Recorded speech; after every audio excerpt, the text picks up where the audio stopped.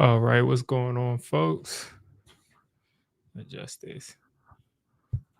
So, I am currently trying to get the game pulled up.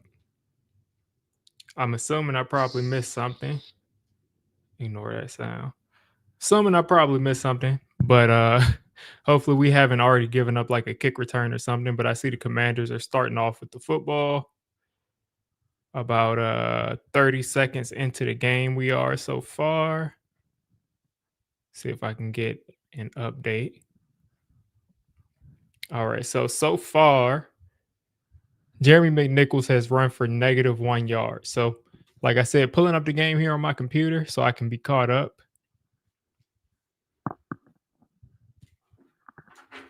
But yeah, this is a game I'm expecting to win this game. I mean, they got Mariota out there. I the Commanders are not that good of a football team. And we have competed with the best teams in the league so far. And now I'm seeing that play to Jeremy McNichols that goes for -1 yards, and that looks like Abdul Carter making that tackle for a loss. So nice start to the game from the Giants defense.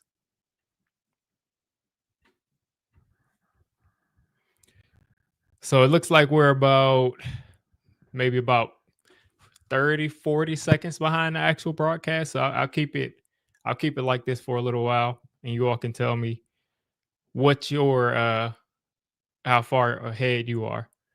So we got Debo Samuel in motion, Marcus Mariota dropping back, Azeez Ojulari, not Ojulari. Oh my gosh. Abdul Carter applying some pressure, and Marcus Mariota escapes left for about 8 yards. So after that 8-yard scramble from Marcus Mariota, we're going to have our first third down of the game. Mariota getting about 8 yards that time. He's been solid the last couple of years as a backup quarterback. He's been on the Raiders. I think he's been on one other team. And now he's on the Commanders. And again, every time he's coming, he's been a solid player. So not really a pushover at quarterback, but I don't think he's going to bring that extra level of being dynamic. And that way, Debo Samuel, I think, catches that, and he's going to be, or McLaurin catches that, he's going to be about a half a yard short of a first down. And they're going to give him the first down. Okay. So favorable spot, generous spot from the referees, but it is what it is.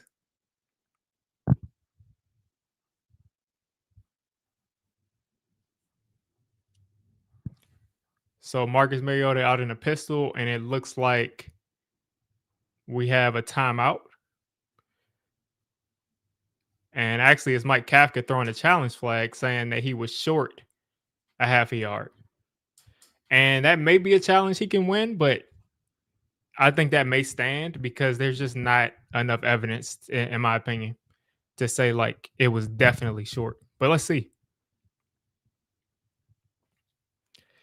Because it looked to me like he should be short, but they may just make it stand. So in the meantime, I'm going to get my microphone mounted. Silent Chris says he hopes we lose. You might hear some sounds as I'm getting my microphone mounted to this stand. Apologies for that. But I want to win every game. I want to beat the Commanders. I want to beat the Cowboys. We got Jackson Dart out there. I want him to win every game he plays. I'm not really into tanking.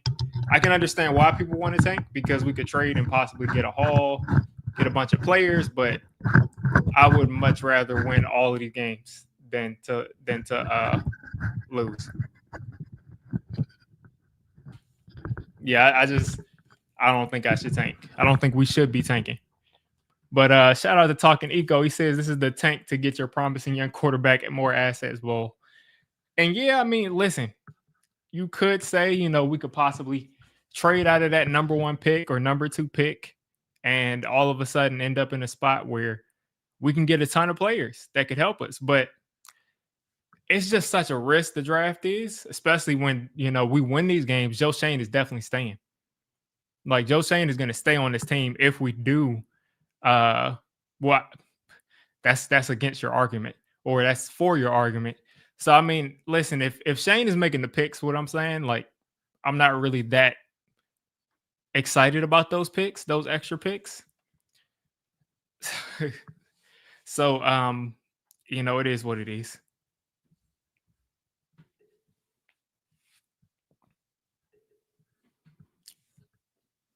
But we had that game where we were trying to tank so we could get Chase Young, and we ended up getting Andrew Thomas.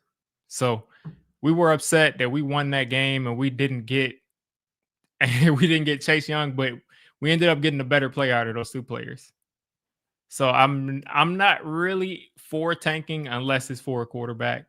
And even then, I was wrong because I wanted to tank to get Cam Ward or Shador Sanders, and it looks like we have the best quarterback of them all, and we got that guy at 20 something. So even if we had won more games, we would have been able to get that same player wherever we would have been taking. Yeah, and Terry McLaurin definitely. You can make an argument that Terry McLaurin that the tip of the football touched the first down marker or it didn't, but it wasn't enough for it to be overturned. So the Commanders have a first down here. And the shotgun in a bunch formation. They're handing it off to McNichols. McNichols has 2 yards. So you'll have a 2nd and 8 coming up. Feels like it's been forever with the bye week since I've been on stream.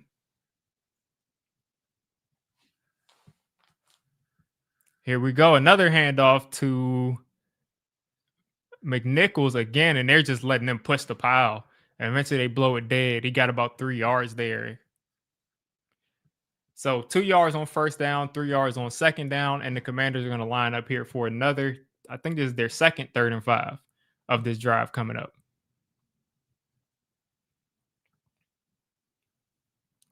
So Brian Burns is 2nd in the NFL in sacks with 13. He hasn't gotten a sack in 2 weeks. This would be a great day to get a sack against the rookie Josh Connerly. Mariota in the shotgun, and it looks like we got a false start. Looks like we got a false start here. Let's see what the ref says.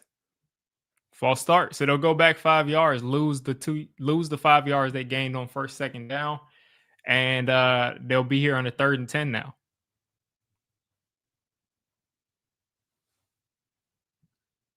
So Burns was able to kind of flinch and got the rookie to jump. So here we go, 3rd and long, 3rd and 10 coming up. Connerly with the flag right after I mentioned them. 3rd and 10 coming up. Burns lined up over Connerly again. Carter lined up over Tunsil. Marcus Mariota in the gun. He's dropping back. He is trying to escape, and he finds Noah Brown across the field in coverage with Javon Holland. And just unfortunate there.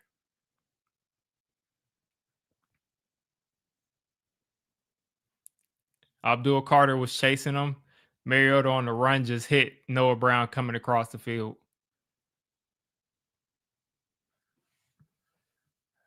So the Commanders are inside the 30-yard line on their first drive. Noah Brown in motion again. Mariota throwing the screen, and Drew Phillips got held on that play, and this play is going to go back 10 yards. So you have a 2nd or a 1st and 20 probably coming up, as they'll probably replay it down, but they'll go back 10 yards. That was a horrible hold.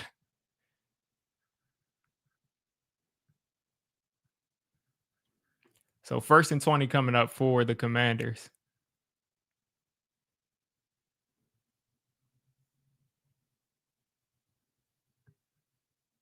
They're saying Drew Phillips sold it, but that looked like a blatant hold. It looked like he had him around his neck. But either way, they go back 10 yards. The Commanders are lined up at the 38? Which for most teams in the NFL is field goal range, but for the Giants, that's like no man's land. You basically have to go for it. Kyle Pitts users up. Right now, he finally broke out. Yeah. Kyle Pitts, man, like that dude is the most interesting player. Like people call him a draft bust, and then some people say he's an all-pro. I think he's just been misused that entire time. Hand off to McNichols again, and he's going to get a half a yard, if that. If that. So Rick Robertson Harris shut that down. It looked like Burns collapsed down. Drew Phillips said that he sold it. Oh my gosh. So they're going to call this a 2nd and 20 coming up. The 3 corners in the game: Phillips, Adebo, and Flott. Flott on out one side, Adebo on the other side, Phillips in the slot. Giants going zone, play action, and you got Deebo Samuel got hit wide open over the middle of the field, and he just dropped it. Almost bobbled it to the point to where he dropped it. I mean, almost bobbled it to the point where it got intercepted. And then there's a holding call too. And Mike Kafka is going to decline that penalty because we got a 3rd and 20 coming up.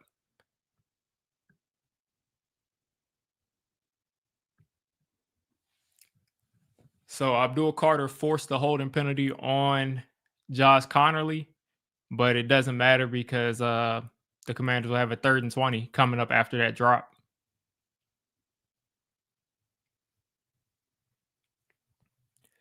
Here we go, 3rd and 20. Marcus Mariota at the 39-yard line of the Giants. Mariota's got a little time. He's escaping the pocket. He's taking off. He's running. And he drops his shoulder, and he's inside the 30-yard line, which for Mariota is a good job to get them back in the field goal range, make this kick a little bit easier for him. Jaden Daniels on the sideline clapping. So the Commanders with a solid drive to start things off. They're going to attempt what is this? Will be like a 30-something yarder, 46-yard field goal. Jake Moody. All right, so Moody from 46 yards out is right down the middle. So the Commanders are going to go up 3-0. Solid first drive from them. Yeah, he's got to learn how to finish. And a lot of times, like, you see him getting run away from, and it's like, that's just not the guy I saw in college. So there's been a lot of things about his preparation, about how serious he's taking the game. And at the end of the day, he's got to finish a lot of these plays.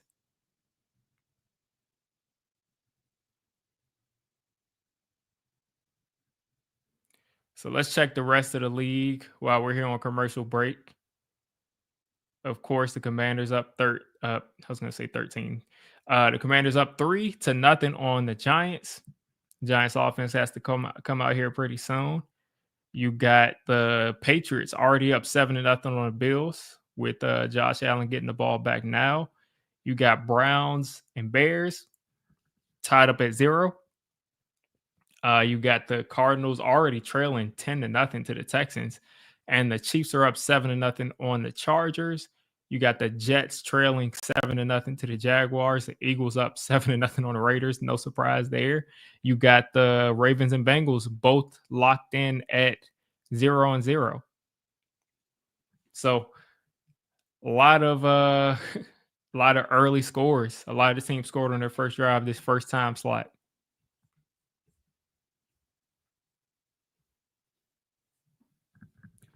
But yeah, I mean, overall, it's like this. Like, we have the chance, if we lose this game, to be, to stay in this number 1 slot, because I think we're the only, we're not the only 2-win team. I think if we both lose out, the Raiders would like absorb the number 2 pick, because they play like lesser teams than us these last couple of weeks. Like, I think the Raiders play who they play next week, because they're playing the Eagles now. They'll play the Texans, who are 8-5, and they'll play the Giants.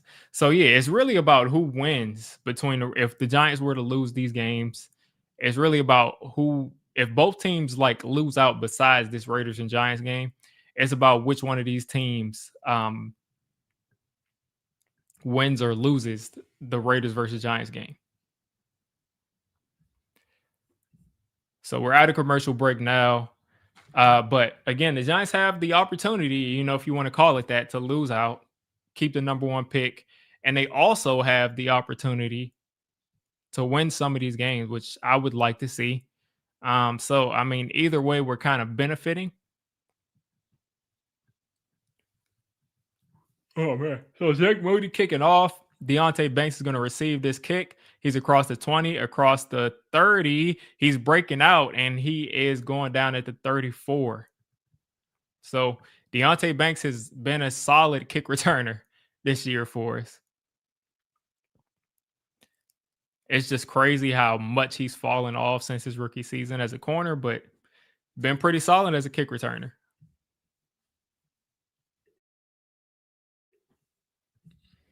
All right. Jackson Dart under center, 3 wide receiver set. Isaiah Hodgins in motion, play action. Jackson Dart's got time. He's ripping it. And he's got Darius Slayton wide open in the middle on looked like an M route. 20-yard completion from Jackson Dart on his first throw of the game. Decent protection, great protection actually, and just got to sit back there and let it rip.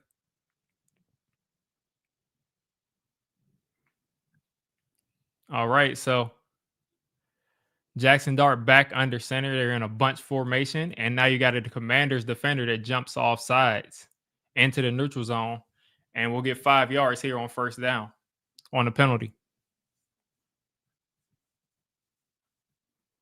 So 1st and 5 coming up here for the Giants after a 20-yard completion on first down.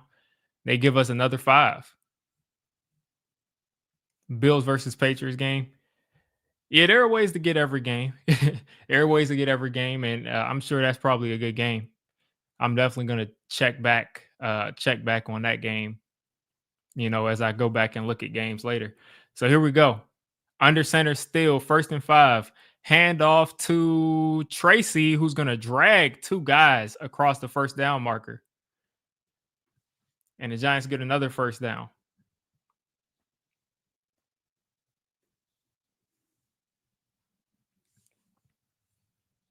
So the Giants, again, they're showing the stat. We scored on 6 opening touchdown. We scored on 6 opening drives with touchdowns this year. And that's the same amount of drives we scored on from 2021 to 2024. So, of course, Jackson Dart has revived this offense. So here we go under center again, I formation.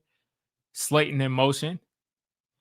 Play action. Dart has it blocked up well. He's fading away, and he just kind of throws that. Don't know if he was throwing it to Bellinger or just throwing it away, but couldn't connect right there. So 2nd and 5 coming up.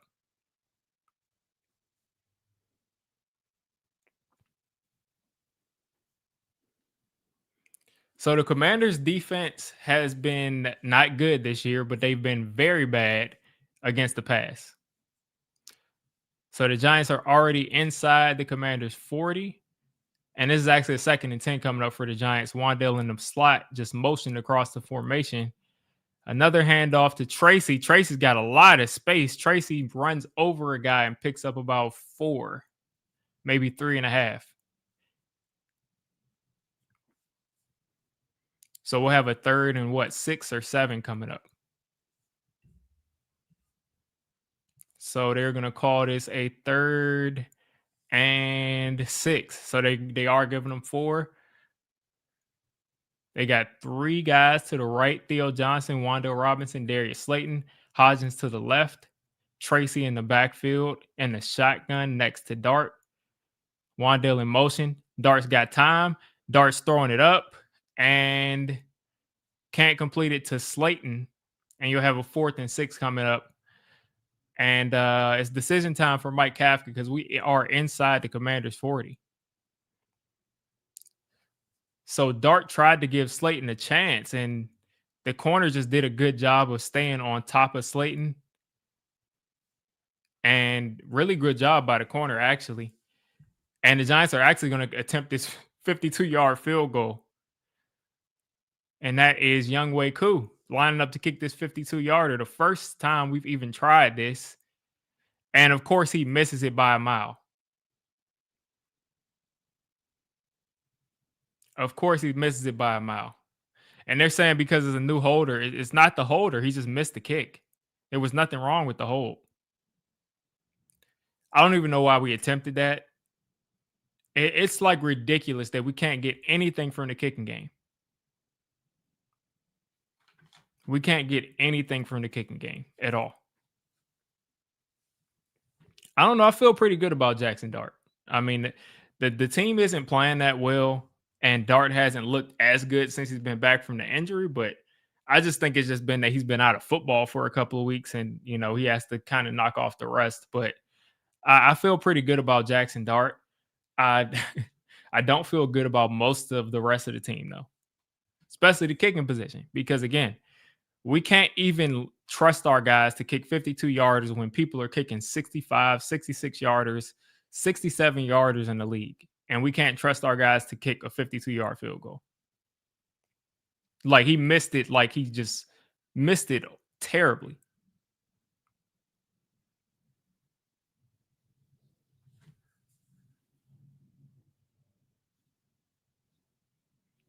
Like there was no shot that they had at making that field goal.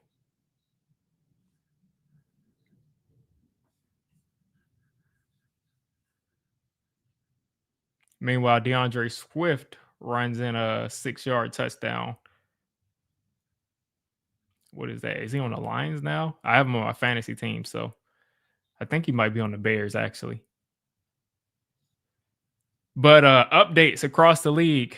The Jaguars have scored another 7 points on the Jets, so they're up 14-0. The Ravens and Bengals still no score. Chiefs still up 7-0 on the Chargers. The Patriots have the ball back after the Bills couldn't put up any points. So the Patriots have the ball back with 7 points on the board, up 7 on the Bills, and they just punted it back to the Bills, I think. Let's see. Yep, they just punted it back to the Bills. So the Patriots started off scoring, kicked it off to the Bills. The Bills didn't score. They punted it back to the Patriots, and now the Patriots are punting it back to them. So this is a game I'm sure a lot of people are excited for. I'm not sure if it's going to live up to that. I could see the Patriots winning that game outright because the Bills have just kind of laid a couple of eggs this year. So the Commanders are going to take over where the Giants missed the field goal from. So they're taking over at the 42. And it's just a joke, man. Like we just cannot kick field goals to save our lives. We have no kicker. And we just continue to roll the same guys out there, which is crazy to me. So 1st and 10 coming up. Mariota under center. He's going to hand this off to Krosky Merritt, who's going to get 7. I mean, that was a lot of space right there on that play. And I mean, if the Giants continue to play defense like how they've played, who knows if they win this game. And I really think that the Giants should have just been aggressive that last drive and just went for it, because you're in that inside the 40-yard line. You don't trust your kicker. There's no point, man. Another run here, and McNichols or Merritt picks up 6 on 2nd and 4, and the Commanders are in Giants territory now. And that's what happens when you miss a field goal, is that you basically give them the ball at the 40-something yard line. Now they're in the wild card, and Krosky Merritt is going to get about a half a yard on a trick play from the Commanders. It came out in the Wildcat, fake pitched it to Deebo Samuel, kept it, and just went down. And that looked kind of like the Browns play last week in the red zone and the 2-point conversion, where they just forgot to pitch it or it just completely messed up the play. So the Commanders are going to get 1 yard on that play. And oh my gosh, I hate that Muasau was back in the game. Flanagan Fowles was a much better inside linebacker. But anyway, 2nd and 9 coming up. Mariota in the pistol. 3 wide receiver set. Mariota dropping back. He's got forever. Burns is chasing him. And Okereke is going to chase him. And Muasau is chasing him. And he gets about 3 yards. So Mariota kind of just like ran in a circle after Brian Burns eventually started getting some pressure, ran left, and just kept going and just picked up about 2 or 3, maybe 4 yards actually.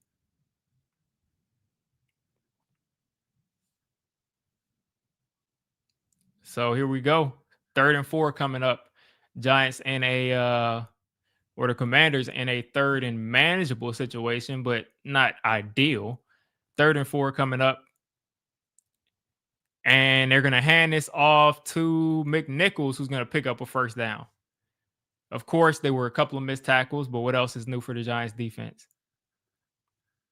That's nothing new for us. 3rd and 4, they run for 5 yards.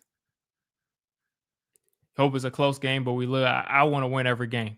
But shout out to Carmelo, but I want to win every game. Like I said, I would love to win all the rest of these games because we have our quarterback.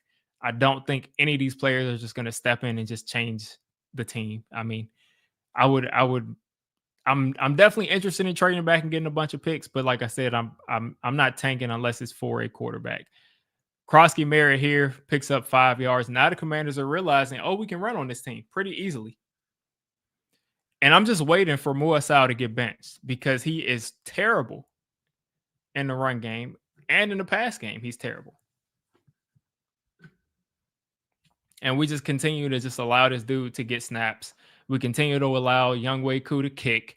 We show that we don't respect him. We don't think he can make kicks. And we just keep bringing him out here every single week. Like, there are a ton of kickers you can go out there and get. Mariota in the gun, throwing it short. Oh my gosh. Mariota threw a dangerous pass, and Newman did a great job of breaking up that pass. And Muasau just could not get there in time to intercept that ball. That was actually Cordell Flott that did a good job breaking up that pass, not Newman. But Muasau just couldn't get there in time to catch that. And he dropped it. He did get there in time. He just dropped it. So now another 3rd and 6 coming up. Giants just getting them to third down over and over and over again. So 3rd and 6 coming up. Mariota in the gun, 3 wide receivers. He's got a couple people open and he's getting sacked. And he dropped the ball.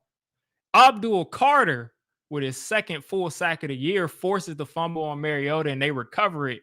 But a nice play by Abdul Carter lining up against Josh Conerly. Bent the corner, took the ball out. That would have been a great time for us to get the ball back, though. There we go. Carter knocked it right out. Darius Alexander had a shot on it, couldn't get it. But what a nice play from Abdul Carter. This is what we've been waiting for. So 2 games, 2 sacks for Abdul Carter, and they've been saying that he has had his best week of practice. He's been on time every day. He's showing up early every day. And the Commanders are punting because of Abdul Carter's sack. So that's the type of game-changing play that we need from him. And Javon Holland is catching that punt, fair catching it, and we'll start inside the 10-yard line. But nice play by Abdul Carter.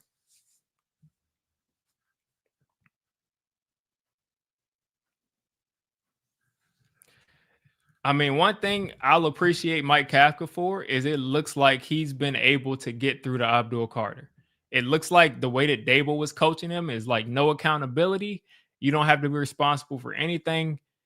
And it looks like Mike Kafka holding him accountable these last couple of weeks has really gotten through to Abdul Carter to come in and start working harder. And it is paying off, obviously, the last 2 weeks, 2 sacks and a forced fumble. So that type of coaching for accountability makes a difference. It makes a difference. And like I said, I don't think that Mike Kafka is going to be the guy at coach. I just doubt it. But thank you that he got in here and start holding people accountable, because it seems like with Dable, if you're a good player, if you're a player he's dependent on, he's not going to say anything to you. Like whatever you say goes. He's going to tell everybody they have to do something, and you don't have to do it if you're one of the chosen ones for Brian Dable.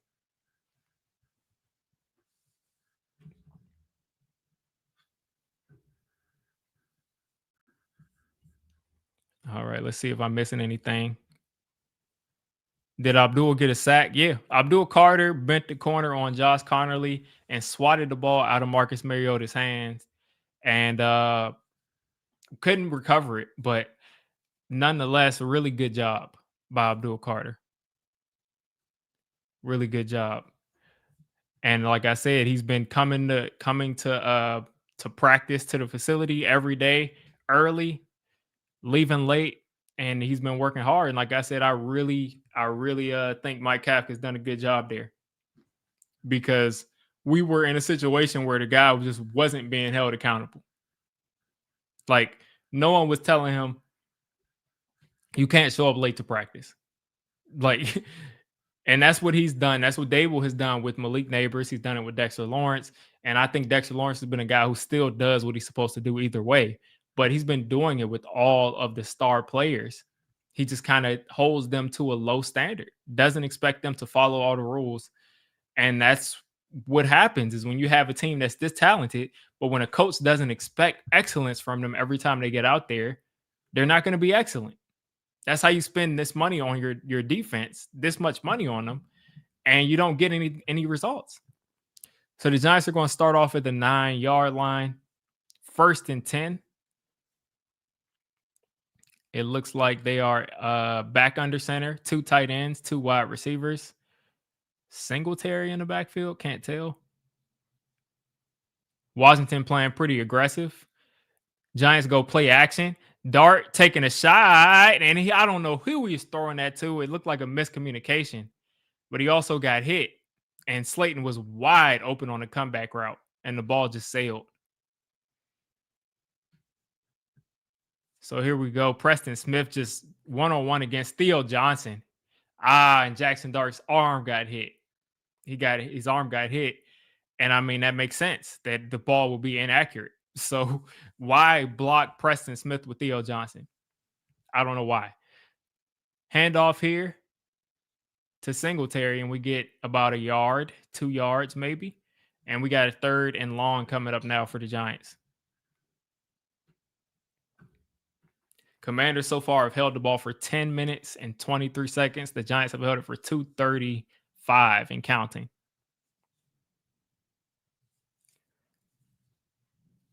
I mean, I just don't know why we decided to line up and try to block Preston Smith with Theo Johnson, but that was Slayton was wide open. Dart checking it down to Theo Johnson, and he's a yard short of the 1st down. Come on, man. Theo Johnson has got to extend past that. Like, come on. How do you get tackled a yard short at your size, man? And the fans want the Giants to go for it. And the Giants, of course, are going to punt because they're literally at their own like 15-yard line. No reason for us to go for it on 4th and 1 from our own like 19-yard line. We're only down 3-0. There's no point in going for it. But I really think Theo Johnson should have gotten that 1st down. Like, come on, man. You're too big for that. So new punter for the Giants, and he put some air under it. That's the best punt I've seen in a while. And a guy got blocked in the back, and they're not going to call that. And they bring that back to R45. So the Commanders, again, with stupendous field position. I mean, like, the fact that they're not going to call the block in the back that sprung that loose is nuts to me. But Commanders are going to have a chance here to go up 6-0 or 10-0. Depending on what the Giants defense comes out here and does. You said let them win. Like I said, like I'm just not in love with just losing out, man. Like I want my rookie quarterback to go in the next season feeling like a winner, feeling like a guy that's like, we're on a good trajectory. But Marcus Mariota coming back out there, warming up his hands because it's pretty cold up there right now.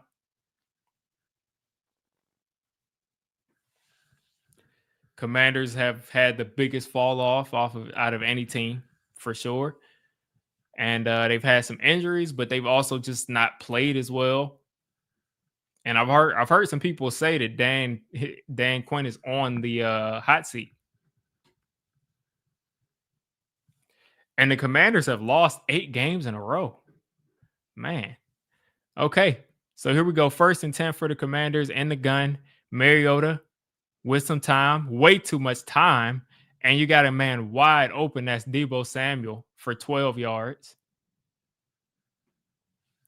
I mean, that was way, way too open and way too much time for Mariota. Like, I know we don't have Thibodeau, but Burns and Carter and Dexter Lawrence should be getting some pressure. And this Commanders line is actually pretty decent. Actually a pretty good line, but come on, man. Way too much time.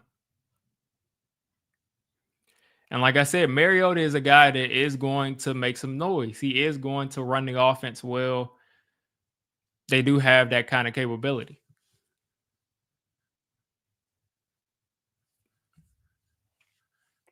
I don't think Quinn is a bad coach.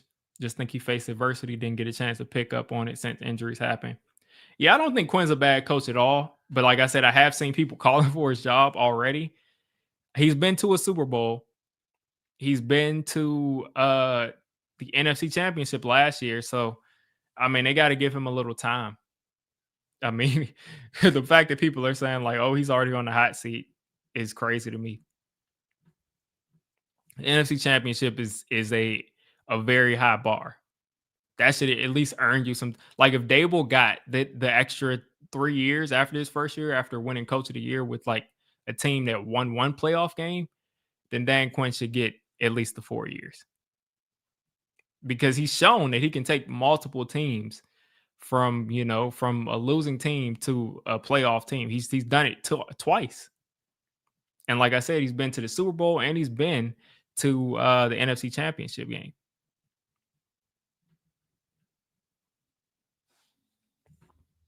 All right.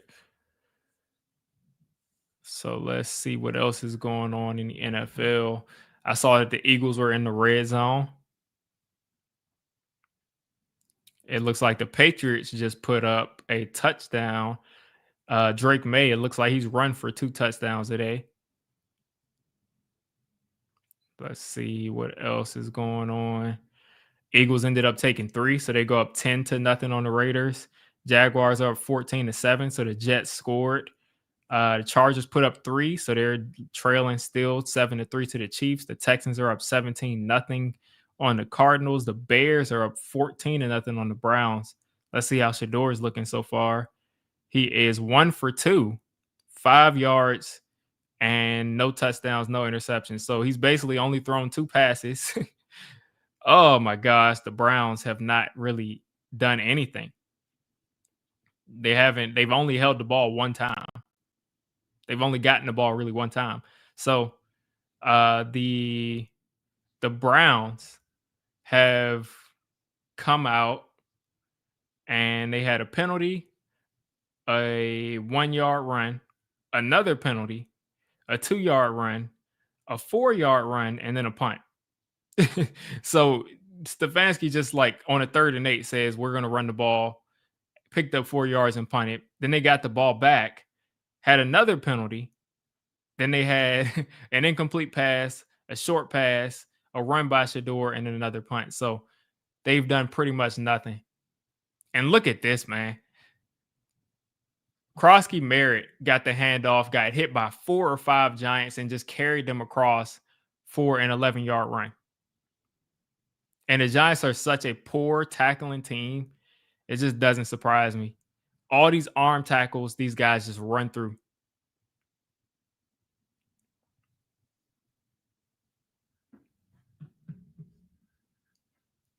So here we go. The Commanders are inside the 25-yard line once again. Another handoff, and Marcus Mariota. I mean, Newbin is so bad, man. Like he's so unathletic. Like Newbin has the edge on Mariota, and he let Mariota outrun his ankle. Like you're a safety. Come on, this guy is a running quarterback for sure, but he's not. He's old at this point. Like, don't let this dude get the edge on you. Just knock this dude out. If they're running an option, knock him out of the game. Here we go. So we got a 2nd and 4 coming up for the Commanders inside of our 20-yard line. Another handoff to Krosky Merritt, who's just going to run into the end zone. And it's just such a joke, this defense is. These guys cannot tackle to save their lives. They can't tackle. Like, you got two people there to tackle Krosky Merritt before he gets in the end zone. And you literally said, okay, he's looking at the end zone and nobody's going to stop him from scoring. Like, nobody. Both linebackers are outside of the tackle box. Okereke just dives at his feet and he just drags Drew Phillips into the end zone. They are just disgustingly bad against the run.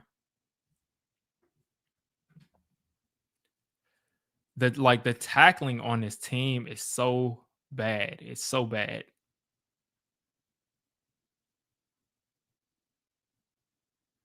So of course the Commanders have gone up 10-0. I can't say I expected that. Not surprised, but I can't say I expected us to be down 10-0 against the Commanders with a backup quarterback. I expect us to always give up the run because we're just a horrible defense, but we should have some points on the board. Like, we should definitely have some points on the board.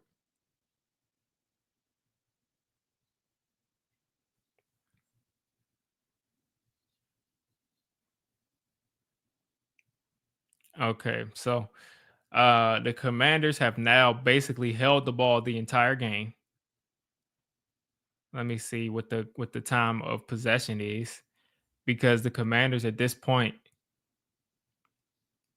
have held the ball for at least like 14 minutes. And we've held it for what, like 3 minutes? 4 minutes we've held it for, and the Commanders have held it for 12 minutes. So they're winning the time of possession by 8 minutes so far in the second quarter. They've had 121 total yards to our 38.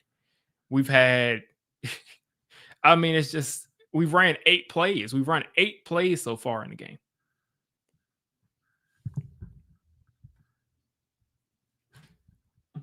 Arvil Reese or Sonny Styles. I'm still deciding on if I'm an Arvil Reese guy. If I kind of like him as an edge player. I don't think that he's going to be an impact stand-up linebacker in the league unless it's a compliment to him being an edge player.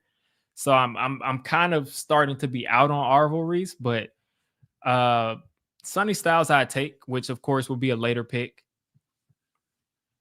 But these guys, like, the tackling is so bad. And I really wish, I honestly wish that we had Micah McFadden back, because he's the best linebacker we have by far. And he's on, he's going to be a free agent. I'm sure we'll bring him back on like a cheap 1-year deal. Hopefully we let Bobby Okereke go, who's like on the precipice of making a Pro Bowl because he gets a bunch of tackles that he shouldn't. He gets a bunch of tackles because the defensive line can't tackle. The other linebackers can't tackle. Like, somebody has to get the tackles. So hopefully we can get Micah McFadden back next year healthy. We can add a guy like Sonny Styles, and this can be helped a bit. But the tackling is just a joke. It's just a joke.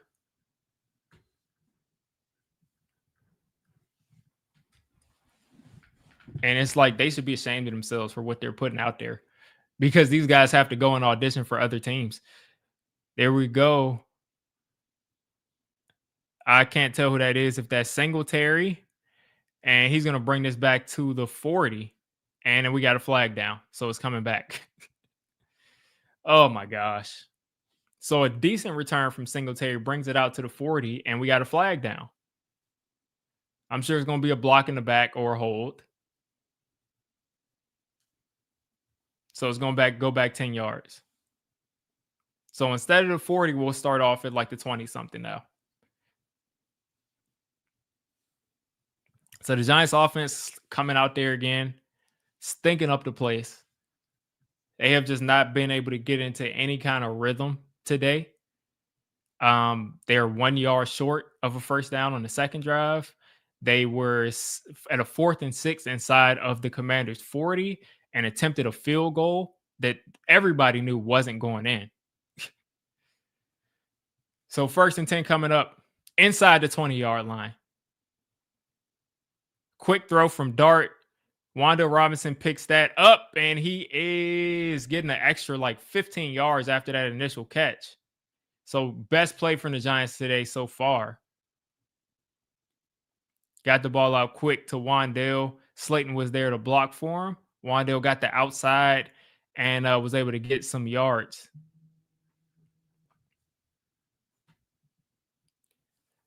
So after that play from Wandale Robinson, the Giants are at the 36-yard line. Another short throw from Dart, and the Commanders were all over it. Swatted it down. I think that was Preston Smith, maybe. Actually, a dude with the last name Martin. They're showing the Drake May 7-yard touchdown run. He has 2 of them today. Drake May has had at least his rookie season was very similar to Jackson Dart's rookie season. So that's just something for you all to know. 2nd and 10 coming up. Another handoff to Tracy, who's going to get 3 yards, and this will be another 3rd and long coming up for the Giants. I'm really curious as to what is going wrong right now with the Giants offense. Like I haven't let's see. 3rd and 7 coming up. The Commanders are crowding the line of scrimmage, man across the board. There's going to be a chance for us to do something. Jackson Dart in the gun, 3 wide receivers right. Dart has got to get rid of it. He does. And he overthrows Slayton by a touch. Yeah. I mean, the play was there for Dart to make it, and he just overthrew Slayton. Let's see if there was a grab. Yeah, there was a little bit of a grab on Slayton, so it makes sense why it was off. But the Giants have got to figure out a way to make that play on offense. Got to figure out a way to make that play. So they will punt this again and again. The last punt that I saw from our punter was a much better punt than I see from Gillen on edge at any time this year. And the defense, of course, is gassed. They've been out there all day, and it's only getting worse. And now we get a terrible punt here. And they fair catch this inside the 25, which compared to where they've started off the rest of this game, this is like the worst field position they've had.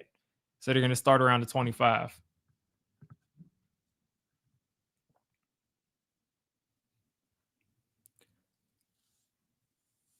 What a joke.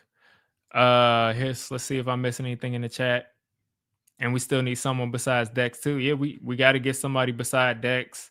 Darius Alexander's kind of improved as the season has gone on, but I don't know if he's ever going to be a starting wide receiver. I'm starting defensive tackle. I don't know. I think he's a rotational guy, which is fine for a 3rd round pick. But we need somebody that can step in beside Dex and really clog up the run. Even push the pocket, but really be able to be a starting defensive tackle against the run. Dart reminds me of a Justin Herbert with 10x aura.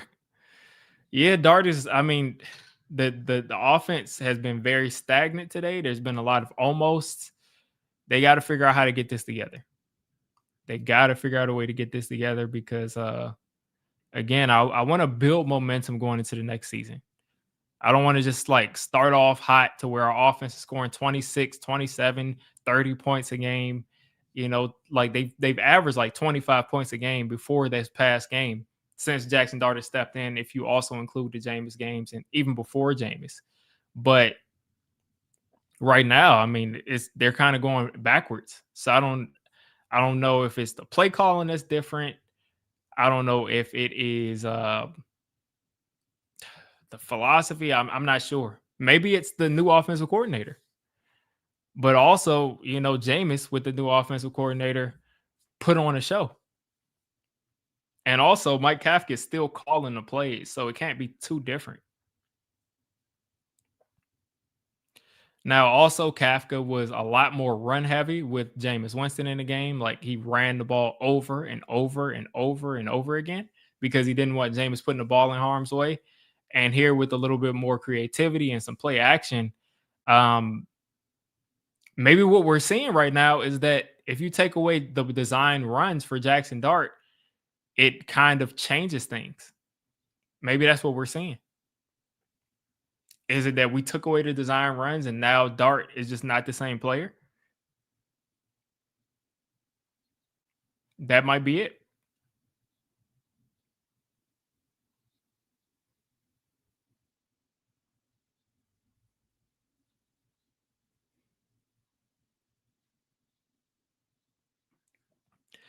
Like it might just be it is that you take away the run from him. He's not able to run the ball with design quarterback runs, and he's just not the same player. Here we go. Mariota hitting the guy wide open. John Bates, easy first down. Giants sent the blitz, and Mariota had it blocked up perfectly, and just an easy play. Throw it right behind the blitz. 1st and 10 coming up.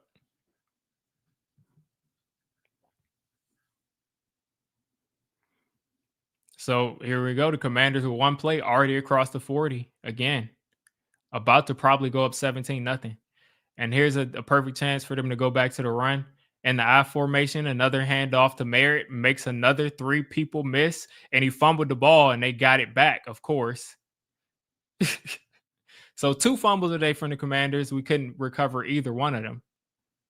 And again, that's another thing that I've noticed is that the Giants never get the loose balls.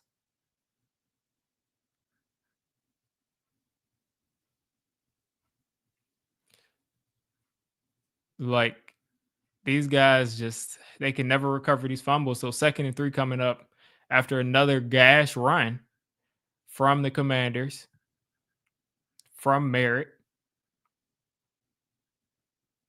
And Tunsil is out of the game right now. So the best thing for the Commanders to do is just run the football with a backup left tackle in the game. And Merritt again across the line. And the Giants have no answer for it. Just getting worked. Just getting worked. And you got Jonathan Vilma talking about how big it is. It's not. If they can run the football, they don't need Tunsil. If they can run the football like this, like it doesn't matter. If you can just go forward as an offensive line over and over again, and now they're running a play action, Mariota's going to dump this off. And first time they don't get a chunk play today. And it looks like they're working on Tunsil's shoulder. Appreciate that revenge. So 2nd and you said it's because of no run game. To be honest, I don't think we've run the ball that bad today. I really don't. I mean, let's look at the average yards per run today. Tracy has run it 3 times for 13 yards. So 4.3 yards a carry, not bad. Singletary 1 for 3. So we haven't really run the ball badly. We just haven't held the ball for long today. A dump off here to oh my gosh, the tackling. Like you have a shot at the guy and you just jog away. So Mariota dumps this off to McNichols. Like, what are we doing? And they're showing Tunsil getting hurt. I don't care about that play. I want to see the last play that just happened because somebody had a shot to push the running back out of bounds and they just let him run right by him. And the Commanders, again, inside our 30-yard line all day long. This offense has gone up and down the field. So the Commanders take a time out there. But, I mean, that just makes me sick.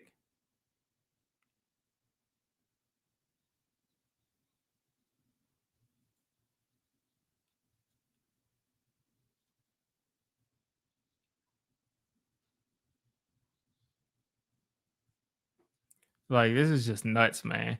Like, I can't say I've ever seen a Giants team that tackled this badly that, like just let people just run by them.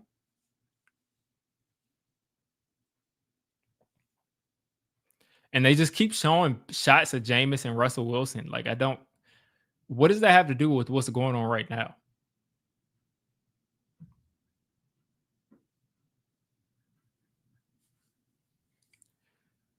So far, they have just kind of just let the Commanders do whatever they want today.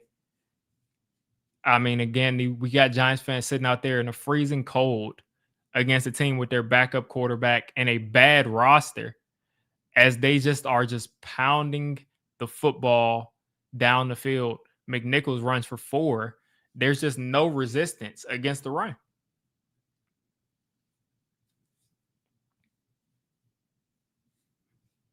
And you look at Jackson Dart this year, 18 total touchdowns, 5 giveaways. Jameis has 4 total touchdowns, 3 giveaways. So Dart has been by far the most effective quarterback. But taking away the run game has just been bad. Taking away hit the design runs for him. Marcus Mariota under pressure, trying to make something happen. He's throwing it away. There you go. The ball did not get back to the line of scrimmage, but he was out of the pocket. So 3rd and 6 coming up. Let's see if the Giants can get off the field here. Make it it's going to be a 13-0 game, most likely. If they can get off the field here on 3rd and 6, which I'm not sure they can. Really not sure they can get off the field here on 3rd and 6.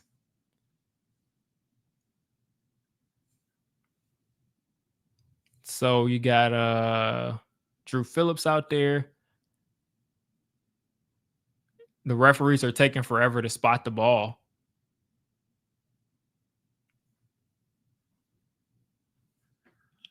Meanwhile, the Grinch is in the stands wearing a Jackson Dart jersey. So here we go. 3rd and 6 here for the Commanders. Another bunch formation for them. Man coverage here. Mariota, way too much time. He's taking off. He's throwing it. And no flags. Tries to get to the back of the end zone. And 4th and 6 here coming up.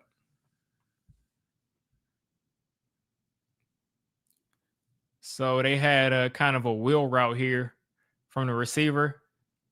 Drew Phillips tried to do a good job shadowing him. And Mariota essentially just tried to give his guy a chance to make a spectacular catch. Couldn't do it. And you look like we'll have a field goal coming up. So 39-yarder from Jake Moody, the Commanders kicker. Already made a 46-yarder. Abdul Carter almost blocked it, but still good, straight down the middle. Abdul Carter popped out of his stance from under, pretty much over the center, over the snapper, jumped right out of his stance over the snapper, didn't touch him, and just barely missed blocking that kick. What am I thinking about Joe Schoen? I'm very conflicted on Joe Schoen. Very conflicted because I don't like a lot of the picks he's made, but I do like some of the things he's done in free agency. And I will say I like some of the process.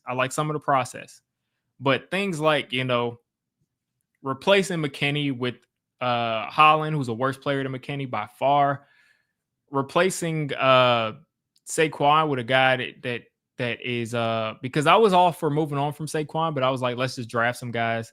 But to pay Singletary as much as we paid him, which I think was like $7 or $8 million, I got to look up Singletary's contract.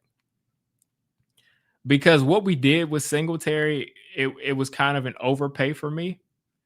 Let's look at, that's crazy. I just look at Devin Singletary as this old player. The dude is younger than me.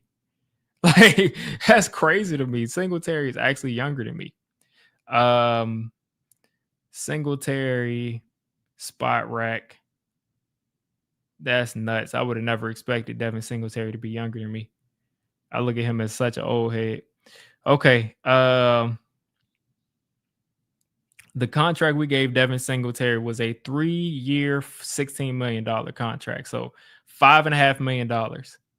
So Saquon was, I think we were like, it was like a $13 million deal. We ended up giving the guy $5.5 million. I would have just gone with some rookies or some cheaper players, but I understand that move. They wanted a vet there. But beyond that, the big thing is McKinney. You let McKinney walk. You don't value the safety position. Then you realize it's a huge hole. Then you take Newman, and then he doesn't look good. So then you go out and get Holland. And it's like you pay Holland the deal that you could have paid McKinney. And there's just been a lot of like questionable things like that. Taking a guy like Josh Azudu, there's just been a lot of moves where I've been like, come on, man. But on the same at the same time, it's like when he goes into an off season, I usually like his plan. Like this off season, he went and he went and addressed the defense, which was a hole, which were holes that I think you created. But nonetheless, he went out there and addressed the defense, decent contracts, didn't overpay. Um, so he does a lot of things that I like, and he does a lot of things that I don't like. But nonetheless, we're here, we're 4 years in, and we don't have a good roster. So that should kind of tell you how he's done. As the Commanders are kicking this off here, and that'll go into the end zone.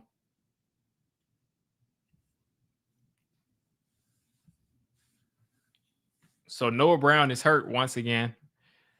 So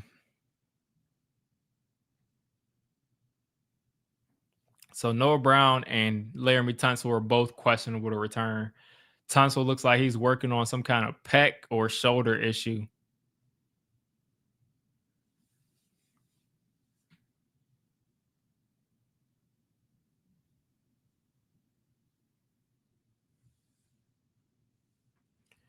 All right. Handoff here from Dart. And Tracy picks up 5.5 here on first down. And that's what I'm saying. The run game has pretty much been there today. Like the run game has been there. Like Tracy's already at 18 yards on 4 carries. The run game has been there. We just have gone play action first down, and we haven't been able to make the plays that have been there. So Wan'Dale in motion. Another handoff here. And this time we get a 2-yard run. So this will make this a 2nd and 2.5. I mean, 3rd and 2.5, 3rd and 3 coming up.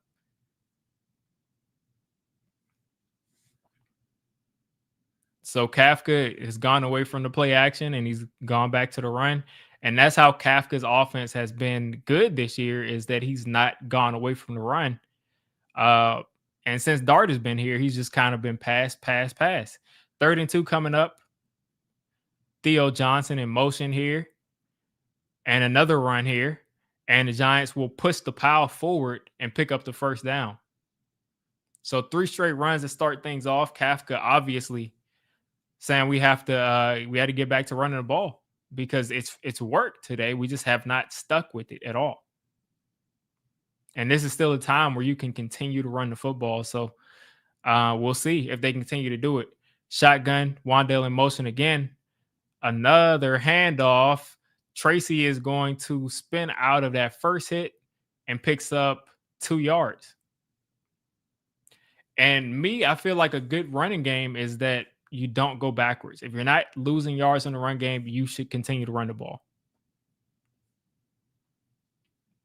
You should always continue to run the ball if you're not losing yards. Shotgun here. 3 wide receivers. Theo Johnson in the game.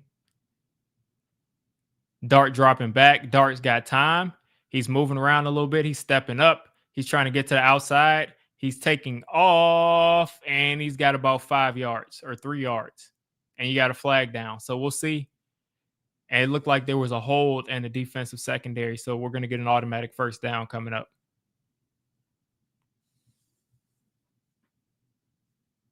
All right. So they added 5 yards to the end of Jackson Dart's run, and we get an automatic first down.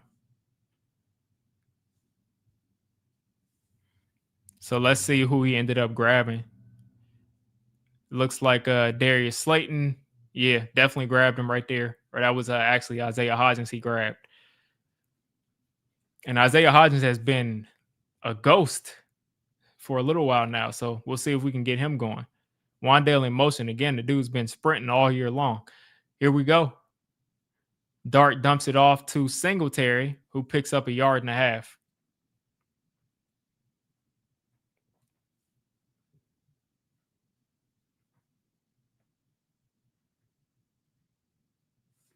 Second and 9 coming up. And Vilma saying it is that the Commanders defense is kind of daring the Giants to run the football. And I mean, they kind of are. and the Giants have been able to do it successfully. But of course, you got to throw it in there sometimes. Here we go. In the gun. Dart forever to throw it. Dart taking off again. Dart staying on his feet. Dart still running. Dart is going to be down at the 11-yard line, and that's what you got to do. Is you cannot just continue to not let this dude run the football in a 30-something yard run from Jackson Dart right up the middle of the field. Dan Quinn went man coverage, and he paid for it dearly. And Dart is never going to slide on these runs. He's never going to slide on these runs. But that's not that bad. He didn't take that bad of a hit. So here we go. Dart right now with probably more rushing yards than passing yards. Under center again. And he has got a little time. He's still scrambling. He's got to get rid of it, and he's throwing it away. Nice job. And he's going to take a hit right there, but, had to get rid of the ball. So 2nd and 10 coming up for the Giants. Their first trip to the red zone. They were trying to get Bellinger open on a bootleg, but just could not get him.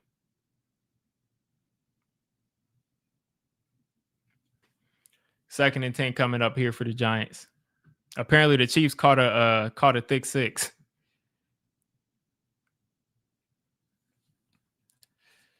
So here we go. 2nd and 10 coming up. Giants will probably run the football. And they do.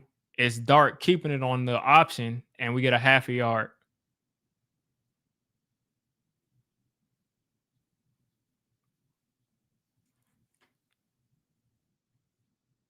I really think that they just are kind of like making more of the like Jackson Dart putting himself in danger stuff than reality. Like they're saying you should never run a design run. You have to use your players' skills to their best of their abilities. So here we go in the pistol again. 3rd and 10. Dart hands it off to Tracy, and Tracy gets into the end zone. Touchdown, Giants on 3rd and 10. The Commanders cannot stop the run. They can't tackle just like we can't tackle. They can't tackle just like we can't tackle. So the Giants finally get on the board, making this a 1-possession game, finally.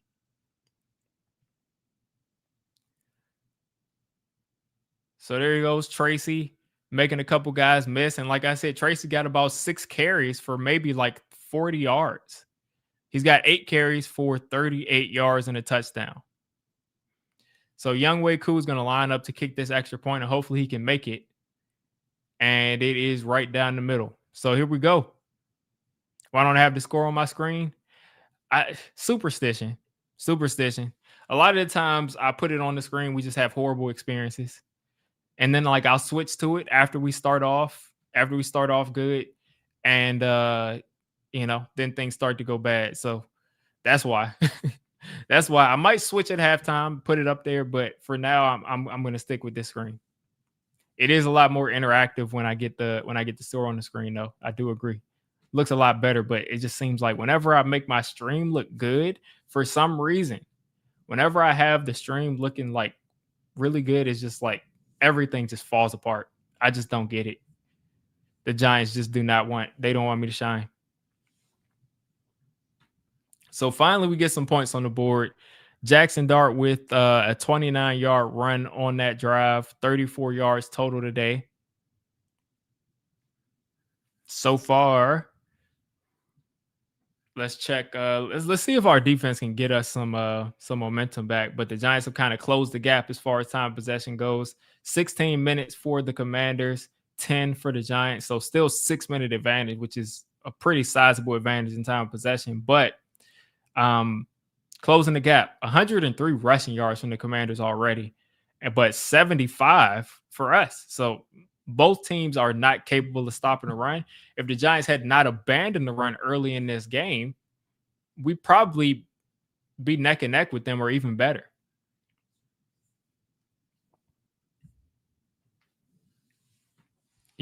Yeah, Carmelo. Like I said, I might go to throwing it on the screen. But you know, you never know. You never know, man. Like I might throw it on the screen, and then all of a sudden they start stinking up the place. I don't know what's going on with this. Let me just crop this out.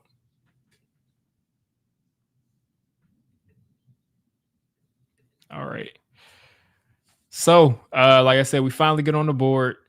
Looking at the rest of these teams, the Raiders are doing their job. And when I say doing their job, I mean their fans want them to lose because they need help badly from every direction. They're losing 17-0 to the Eagles. I can honestly see them just not scoring. The Jets are losing 21-10 to the Jaguars. The Chiefs are scoring, or the Chiefs are losing or winning 10-3 on the Chargers. Okay, and that touchdown from the Chiefs is on that pick from the defensive tackle. So the Commanders are returning this from the 5-yard line, and he's going to go down at the 23.5 on a nice play. I couldn't tell who that was, but really nice tackle, open field. Maybe he should get some defensive snaps. Maybe this guy that just made that tackle for us on special teams should actually get some defensive snaps because he actually made an open field tackle.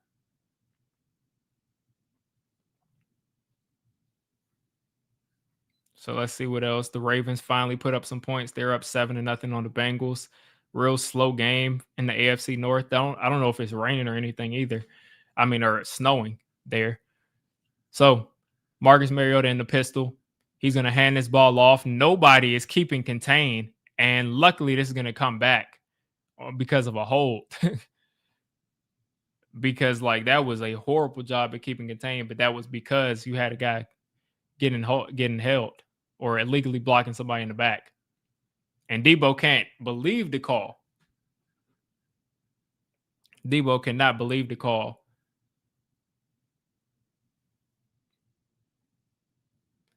Oh, yeah, no, that's a horrible call.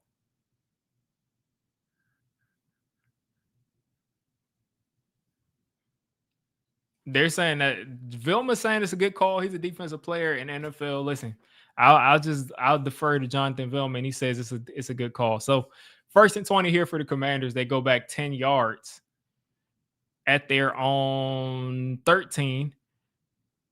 There's Mariota. He's under a ton of pressure. He's trying to take off, and he does get 2 yards there. The dude is slippery today. So 2nd and 18 coming up for the Commanders. This Giants defense always finds a way to make things easy for opposing quarterbacks and opposing offenses in these 2nd and long situations. So let's see how they will convert the 2nd and 18 coming up from their own 15-yard line. And mind you, this is a situation where the Commanders do not have Laramie Tunsil at left tackle. There we go. Abdul Carter in the backfield taking down Jeremy McNichols. Abdul Carter took the inside on Josh Connerly and just blew that play up on the draw, or lined up over the center actually and just blew the play up. And that's, again, Abdul Carter having some of his best games these last 2 weeks. So 3rd and 22, this Giants pass rush is going to be unleashed. They're definitely going to go screen or some kind of quick throw because there's no way that they trust their team. There's no way they trust these guys to block this rush on 3rd and 22. Not with Tunsil out. So I'm expecting to either see a draw play or a screen play when we come back. We just hit the 2-minute warning. So when we come out of this 2-minute warning, I'm expecting to see a draw play here on 3rd and 22 from the Commanders. Let's see what the Browns are looking like here. Shedeur Sanders, 4 for 7, 54 yards, sacked twice.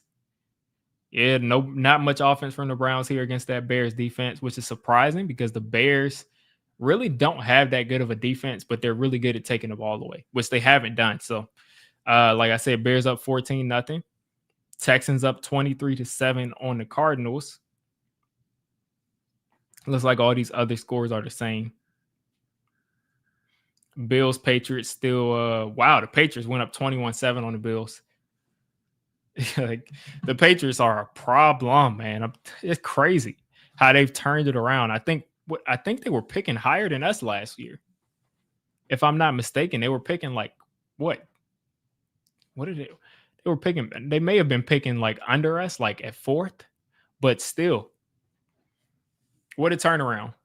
And like whenever the Giants do something, we're always hearing like, "Oh, well, you have to be patient. This may take 4 years. This may take 5 years." And meanwhile, these teams turned around in a year, 2 years tops. The Commanders are falling back to earth, but the Commanders went to the NFC Championship last year. Before that, the Bengals picking number 1 overall.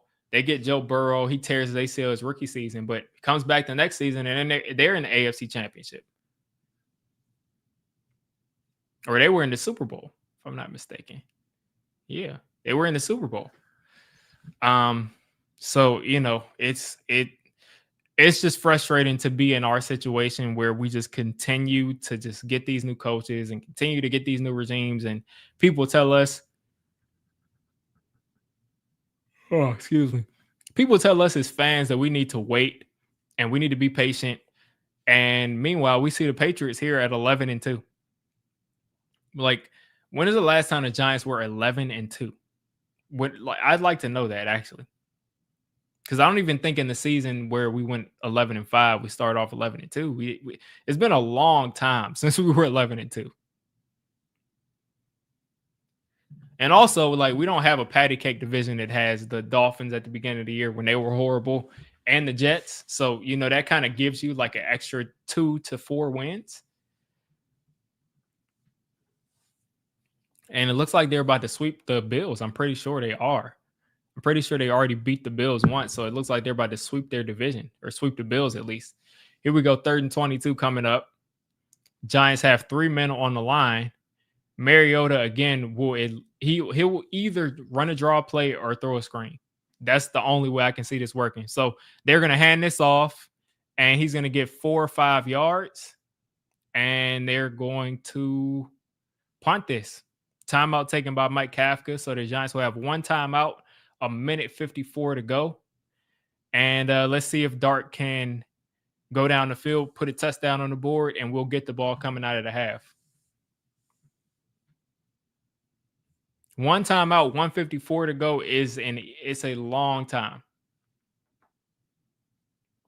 Let's see if we can throw and actually get some chunk plays. Tress Way, the punter, really good punter for the last couple years. Last long time here for the Commanders. 4th and 16 coming up for him. He'll be punting from his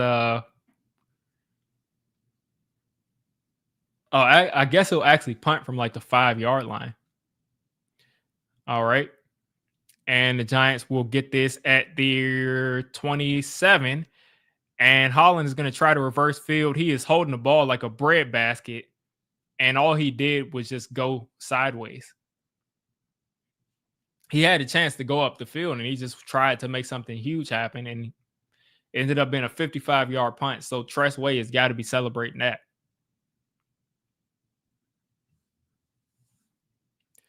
Because we have, you know why. It's just the coaching staff has no idea what they're doing. That's why.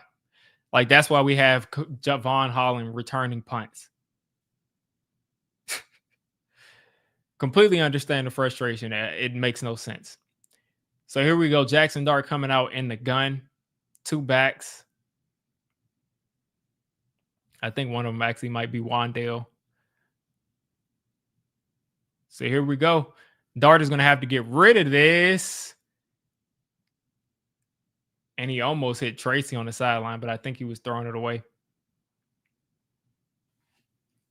So it looks like the Commanders, let's see. Von Miller against Jermaine Illuminor. That's just a beautiful spin move to the inside from Von Miller, and force Jackson Dart to run out of the pocket and throw the ball away.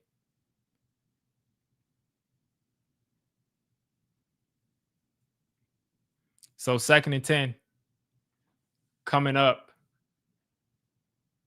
Von Miller with another nice rush, and this time he takes him down, and it looks like Deron Payne too.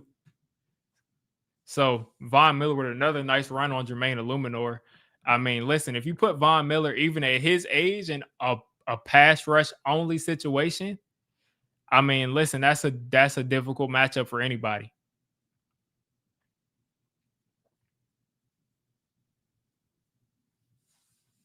So Dart is going to line up. I think we'll be here in like a what, 3rd and 16, 3rd and 17.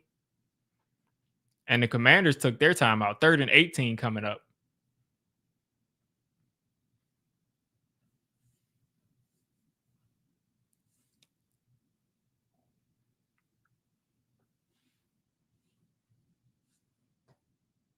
Wow, the Patriots kicked the field goal before the half, up 24-7 on the Bills. Okay, 3rd and 18 coming up for the Giants. So of course, this second half, this drive, and then Jermaine Illuminor is thinking. He's overthinking the situation, and Illuminor just has had a horrible drive this drive against Von Miller. I don't know if maybe he just like knows about Von Miller and he's just intimidated.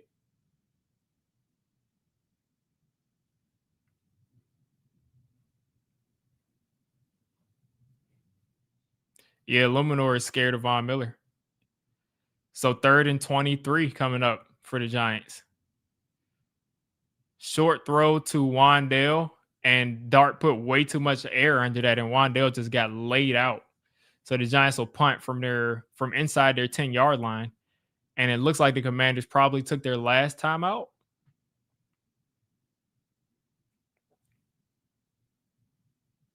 Yeah, and Bobby Wagner just laid him out. That's one thing about Dart. Sometimes he just like floats these little check downs and these crossers. You got to put it on him. And that way he can actually protect himself or actually, keep running. But since he floated that, he just caught that and immediately got hit by Bobby Wagner.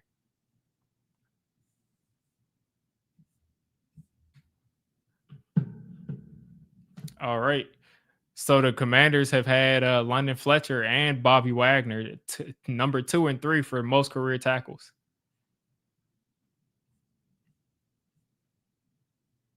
Bobby Wagner went to business school at Howard. Wow.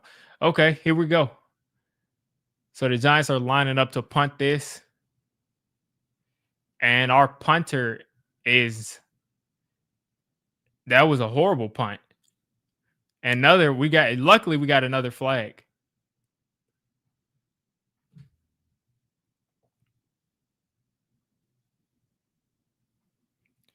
So there's a flag down. It's probably against us.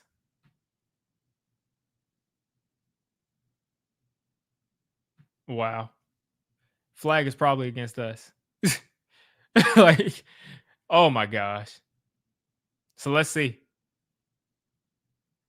Illegal person downfield, and the Commanders just returned a kick against us. Oh my gosh.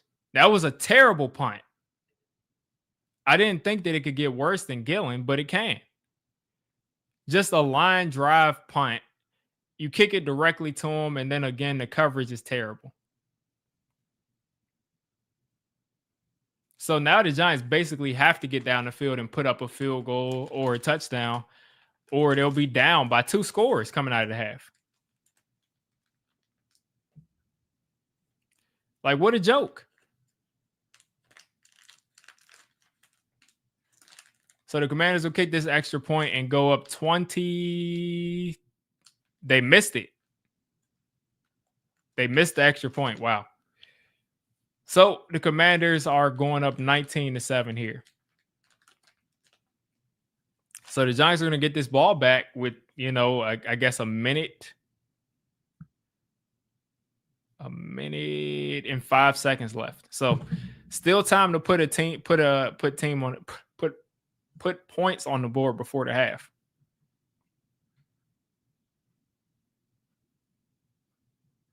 This has got to be the worst special teams year I've seen from the Giants in a long time. Like, no, that's the thing though, is like I know for a fact that we're not going to get the number 1 overall pick. we're going to beat the Raiders. We're going to beat one of these teams. We might even find a way to lose to the Raiders, and then the Cowboys will sit their guys or something, and we'll beat the Cowboys. So I know like all this misery isn't going to lead to anything fun.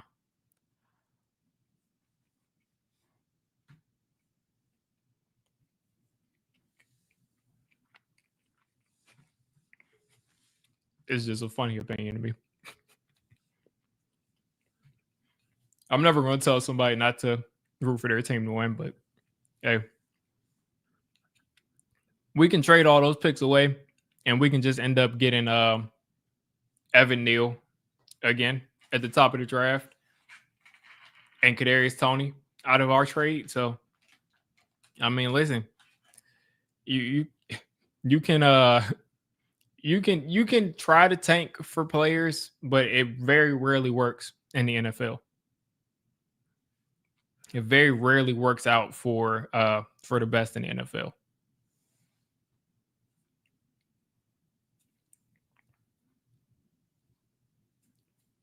First and 10 coming up.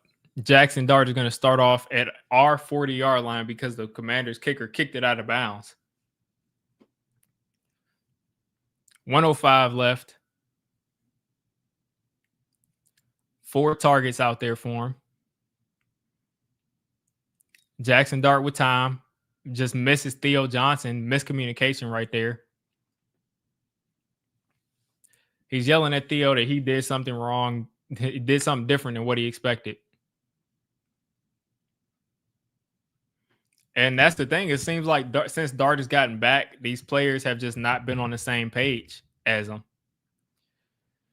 So now 1 minute left to go. 2nd and 10 coming up. Theo in motion now. Dart letting it go. And Slayton catches this, and he's going to be about 2 yards short of the 40-yard line. And the Giants should probably take a timeout here. And the clock is just dripping. Mike Kafka is an idiot. I mean, like, what's going on? What's going on here? And now there's 37 seconds left. You let 30 seconds go off the clock almost. Dart stepping up. Dart hitting Wan'Dale for a 4-yard completion. And let's see if Kafka takes a timeout.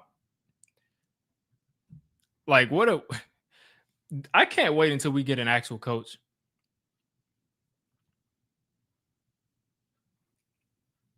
Nobody's an overly positive fan. Like I said, you can fan how you want to fan. You can root for your team to lose, win. At the end of the day, we all want our team to win in the future. But what I'm saying is that we rooted for our team to tank at the end of games, at the end of the year, at the end of the year, at the end of years before, and it hasn't gone well. Like we, at the end of the day, we can't control our team losing or winning. We're not going to be able to go out there and do it. So what's the point of just praying for your team to lose when they're going to do what they're going to do regardless? Like, it's not like, oh, if we all band together and root for them to lose, that they're going to lose for us. Like, that's not how it works. So 2nd and 4 coming up. Jackson Dart in the gun. He's got time. And throws a pick. And you still got a guy returning it. 17 seconds left to go. 16 seconds left to go. He is cutting across the field, and now the Commanders are in field goal range. And don't know who he was targeting right there or if it was a good or bad decision, but costly turnover there from the Giants. So let's see. Let's see. I'm guessing it was the guy named Jalen Hyatt who he threw the ball to. I'm guessing. And it was. Horrible route by Jalen Hyatt. Horrible route by Jalen Hyatt right there. Jalen Hyatt stinks. Like, the dude stinks. He cannot even run a dig.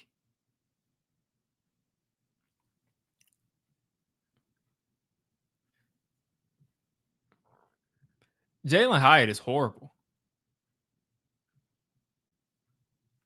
Like, you just gave a team. Jalen Hyatt just gave them 3 points. He just, like, Hyatt just gave them 3 points right there.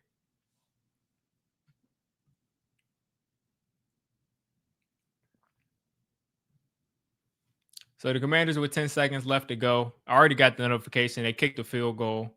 So I'm guessing they're going to have an incomplete pass this first play. And then they're going to kick a field goal. So they're going to go into the half 22-7.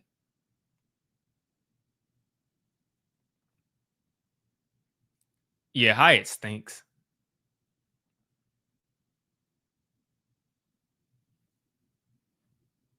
It wasn't late and inside. Vilma said that he's throwing it late and inside. He threw it on time and inside, but he trusted. He made a mistake because he trusted Jalen Hyatt to run a good route. So Jake Moody lining up after he missed an extra point, but he's going to make this kick. And it is 22-7 for the Commanders at the half.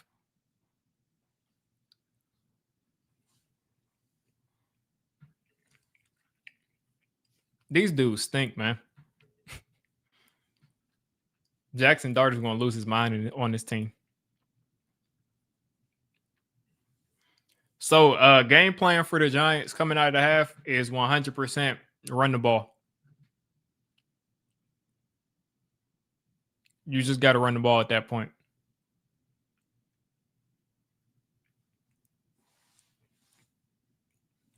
That's really the game plan coming out of the half, is that the only thing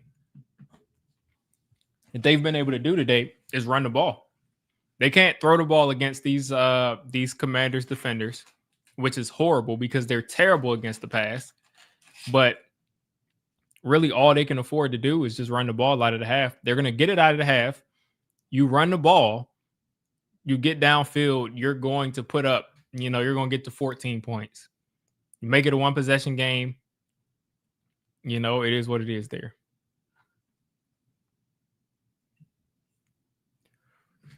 So let's take a look at the rest of the league now that we're at halftime. Of course, the Patriots are piling it on the Bills. You said run the clock out. Yeah, I mean, like literally both teams cannot stop the run. So honestly, if I'm the Giants, I'm just running the ball the entire second half, and they probably put up like 200 yards rushing on this team.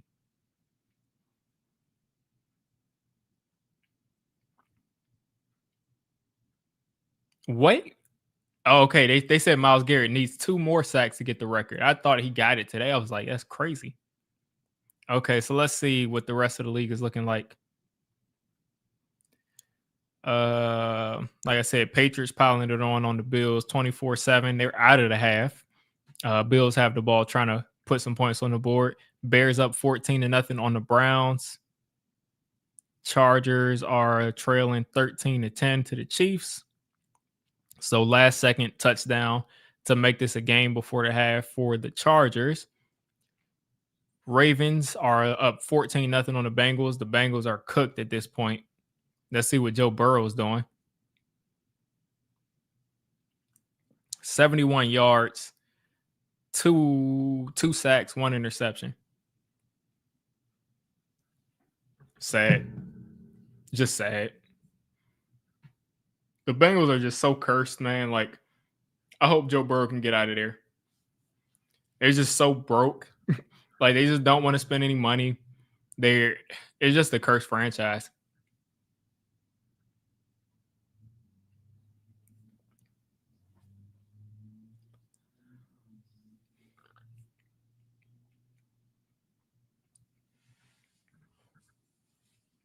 All right, they're showing the Jets and Jags now. Trevor Lawrence running around. So yeah, from a Giants perspective, like I said, if we want to win this game, it's going to be because we just randomized the build in the second half. I don't know what's going on with Jackson Dart and his passing offense, but it's not working. So they're going to need to just run the ball.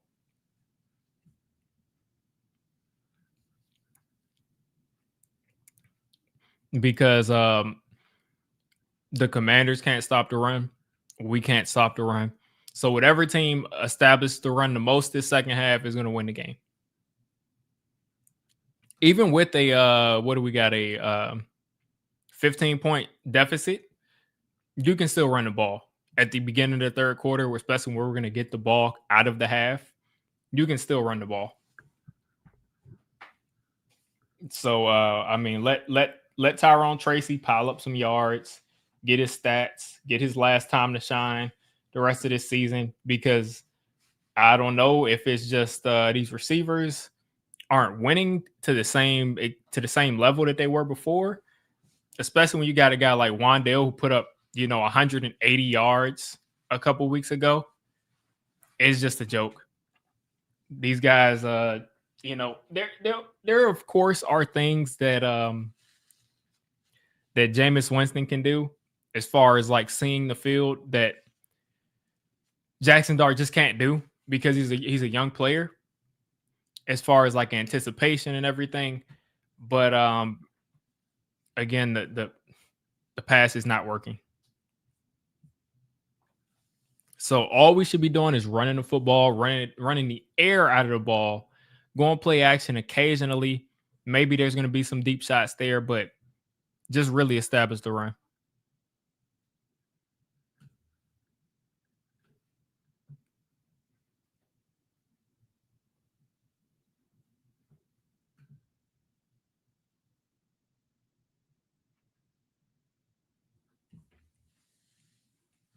But yeah, I mean, like I said, some people are excited we're losing. I really am rooting for a win at this point, because we got a couple more games left. We're going to be back in the offseason. I've been rooting for this team to lose at the end of the season almost every year the last couple of years, because we have not had a quarterback. Now that we do, it's like, by that logic, you should just root for your team to win, to lose every time you're not going to win the Super Bowl. You should just root for them to lose every game, because that would mean that they're not going to win the Super Bowl. So get the best pick possible. But like I said, if they do happen to lose, no sweat off my back, because we do get a better pick. But I just can't root for it, is what I'm saying.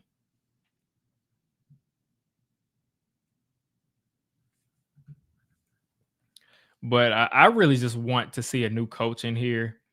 The only thing that does make me kind of want to see this team lose is because maybe that will make them move on from Joe Schoen, because they just love Joe Schoen. But maybe like seeing how pitiful this team looks is making them say like, okay, maybe Joe Schoen isn't as good as we think he is. Because I don't think he is.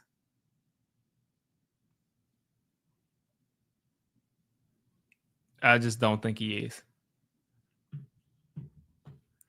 Yeah, it's just consistent. It's just you're very used to like lining up and seeing these games and just and just being disappointed every single week. 100%. That's the top of my list. We need some linebackers in the worst way. We need off ball, middle linebackers. We need linebackers in the worst way. Because the job that we do, exactly, and defensive tackle, what we do at those two positions is not NFL grade. Like what we do at middle linebacker, like to the point where they ran up the middle of that defense for that touchdown against us with Ja'Cory Krosky-Mayer, where he ran right up the middle of the field. It was literally because the defensive tackles got blocked. I think Dex got double teamed, couldn't hold his position. And then both middle linebackers were all the way out of the picture. Like both middle linebackers were out of the picture. And that's just unacceptable. Like Bobby Okereke tried to get back in the picture and just like dove at his feet. But both middle linebackers have the best middle linebacker this year, unfortunately. But Bobby has had a couple of good games, but for the most part, the best like middle linebacker play I've seen over a sustained a couple games has been Demetrius Flannigan-Fowles, literally the 6th or 7th string inside linebacker. Because let's not forget, at first we threw Muasau out there, who's technically a 3rd linebacker, because you got 2 inside guys. Then you got Chris Board, who's the 4th. And then you got Demetrius Flannigan-Fowles, who's a 5th. And then technically, they probably would go to Abdul Carter if they had uh Kayvon Thibodeau out there. So technically, he's like the 6 or 7. So again, the linebacker position has been a joke. They're in the wrong spots. They can't get blocked. They can't get off blocks. Yeah, Zaire Barnes made plays, and then we just decide, okay, Muasau is back, so let's put him back out there. Like, he's horrible. He's horrible. And it's unfortunate because he's a draft pick, but he's still horrible. Rather get a backup. There's gonna be some guys there in the 4th, 5th round, probably. Maybe you get a guy like Drew Allard. Think you can develop him a little bit. But Jameis is gonna be the backup quarterback next year. I'm pretty sure on that.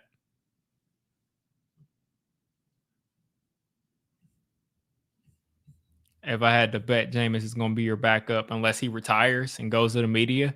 But other than that, I think he'll be here as the backup because he knows that Jackson Dart is probably going to be out of the game a couple games. So he's like, why not stick here, have me a couple of nice games my last couple of years in the league, and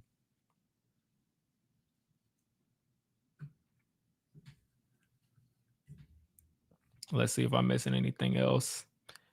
Yeah, Barnes made a couple good plays. But yeah, the middle linebacker and defensive tackle has just collapsed our defense. No resistance up the middle of the defense is crazy. And we have not had we can never have consistently good middle linebacker play. Like, of course, we had Pierce. We had Boley, who at times was okay, with times was really good, but at times wasn't that good. And technically, he was in a 4-3. I think he was an outside guy. Chase Blackburn had to come out of teaching class, teaching at a high school or middle school or something to play our Super Bowl year. And then we had Beeson for about eight or 9 games where our defense was amazing. Beeson, I think, kept getting hurt. Then you had who do we have after Beeson?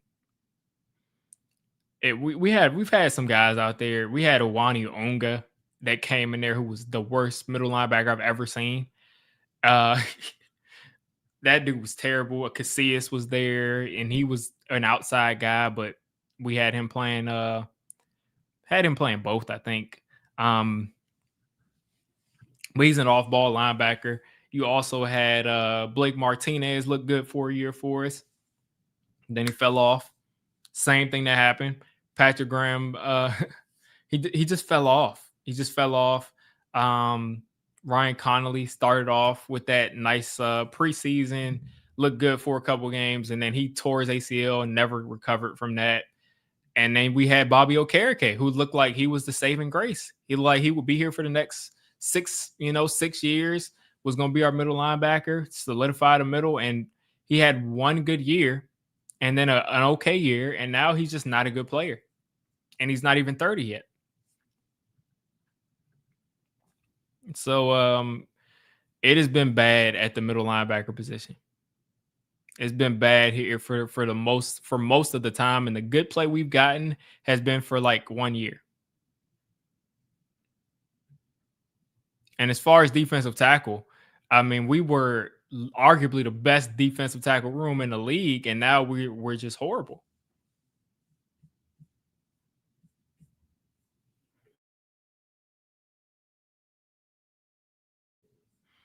Yeah, Conley just never recovered from that injury. Just could never get back to being the same player.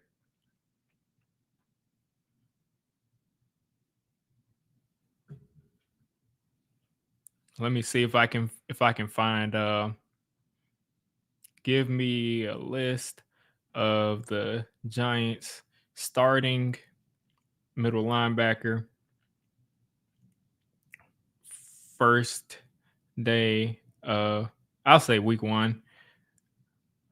Starting middle linebacker week 1 from 2011 to 2025.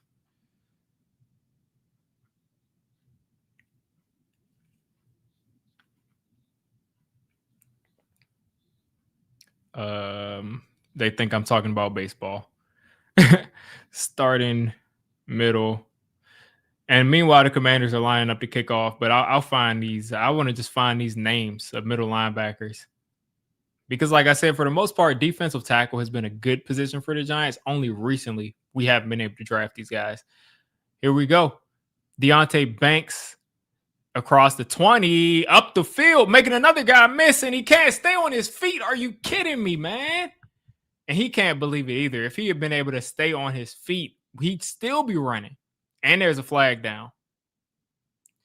So again, another return where we should be having a great field position, and there's another flag down. So we're probably going to be starting inside our 20 again.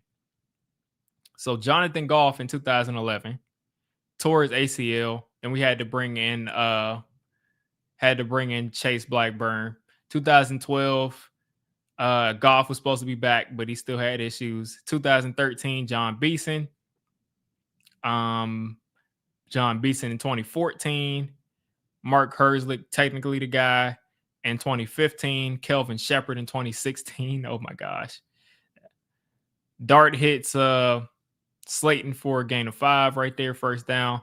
BJ Goodson won the job in 2017.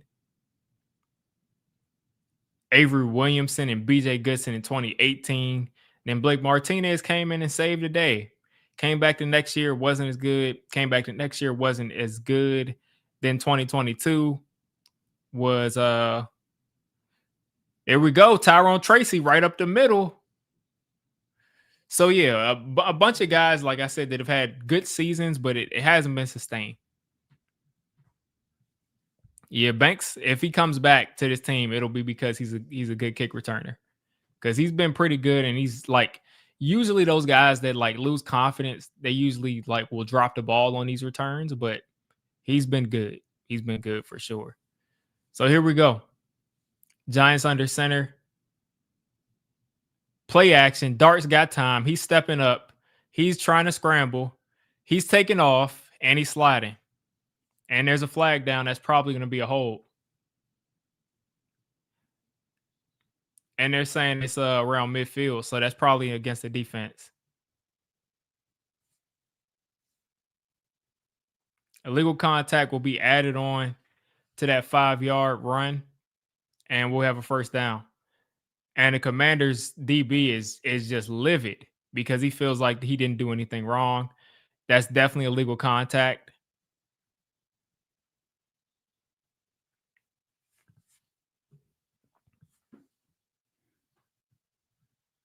So here we go. Giants across the 45. Dart in the gun. Dart is throwing a screen to Theo Johnson. Theo's got a lot of space. Theo up the field across the 30, and we're at the 29 of the Commanders. Nice play design from I don't know who drew it up, but nice play call from Mike Kafka, because Dart was able to float that over to the huge target, and Theo Johnson on these tight end screens is a weapon. So Jackson Dart finally in the third quarter goes over 100 yards.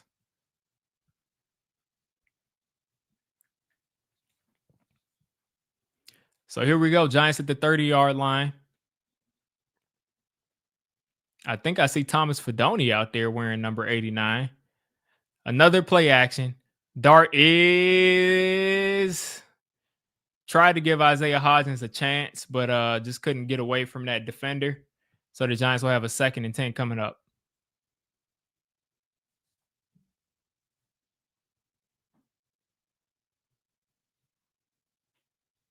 Yeah, this DB number 34 has competed today. Backup player, but he's been in some nice positions today. So 2nd and 10 coming up for the Giants. You got to think the Giants will probably go to the run here, and they won't. They're just going to drop back. Dart hits Wan'Dale Robinson, makes a guy miss almost, but picks up the first down. And Wan'Dale has still not been covered one-on-one by anybody. And it's just, I just really wish that we could be getting more out of him. I really wish that we could get him the ball more.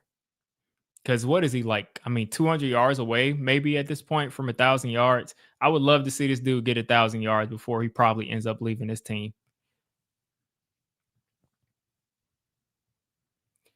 So 1st and 10 here for the Giants inside the 20. Dart has this. He's got time. Dart giving Tracy a chance, and he catches it. Touchdown, Tyrone Tracy on the wheel route. That's the only time I've seen this dude be used as a receiver down the field, and that was a beautiful catch in the corner of the end zone and a beautiful throw by Jackson Dart. Let's see that play again. So Tracy runs the wheel route here. Oh, basically runs an out and up on Bobby Wagner and just catches the back shoulder. Beautiful catch. Beautiful catch from Tyrone Tracy right there. And Younghoe Koo, don't mess this up. Don't mess it up, man. So Koo puts it right down in the middle. One thing, Younghoe Koo fell off horribly as far as being a kicker and kicking these field goals down the field. But as far as him kicking these extra points, he's a lot better than what we've had before that. Which is a joke. I mean, we remember Jude McAtamney a couple of weeks ago. That dude could not be trusted to kick extra points.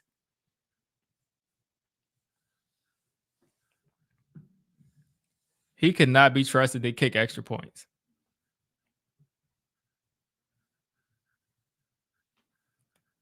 Let's see. Okay, not missing anything in the chat.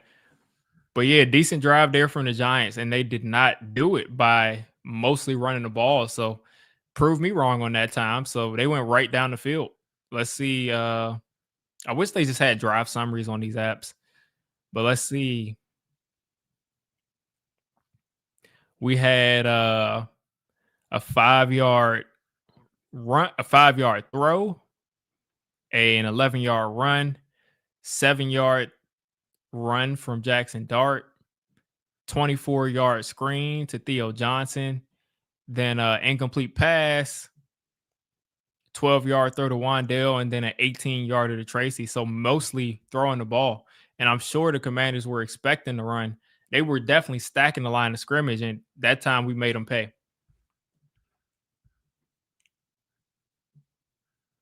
So 22-14 game. I could go to the other screen. We'll see. We'll see if I decide to put the score on the board. If the Giants score and this becomes a close game, then I will think about putting the score on the screen so we can keep track of it, and we'll add the not expense but the suspense to it.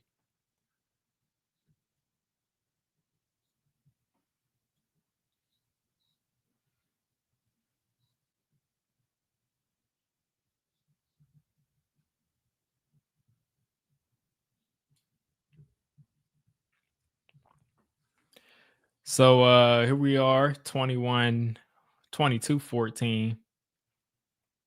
Let's see.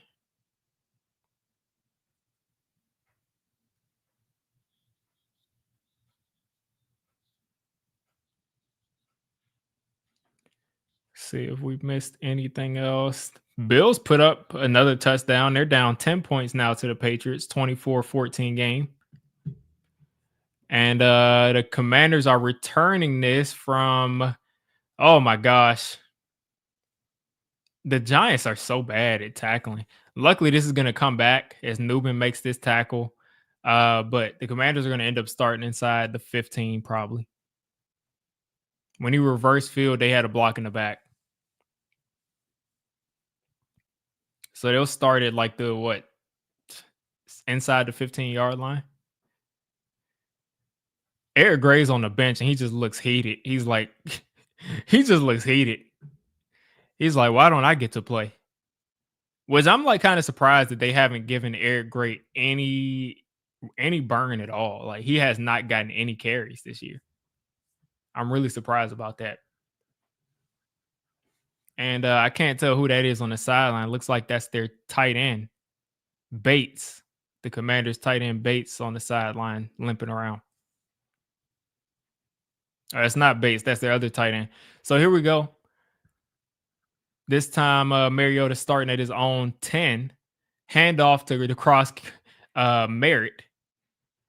Ja'Cory Krosky Merritt or Bill Merritt. I might just call him Bill Merritt to save my breath. But Merritt got about 2 yards on that first down run. Noah Brown is confirmed as out the rest of this game. And he actually got 4. So Commanders have a 2nd and 6 here. And Mariota trying to make something happen. And a nice catch by McLaurin on the sideline. McLaurin is such a dog, man. So let's see McLaurin on that comeback.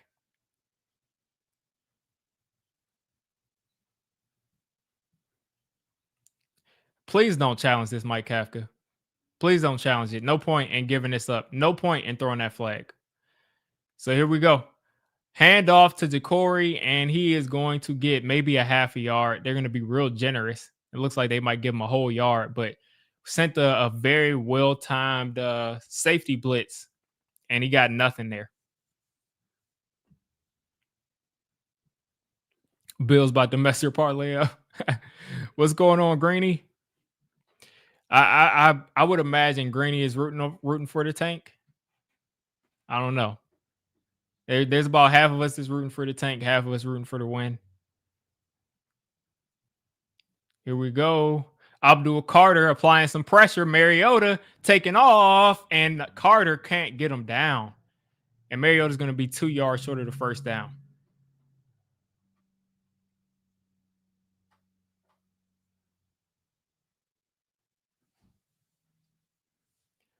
So here we go. 3rd and 3 coming up. Nice job by Mariota to escape after Carter really just harassed him that last play.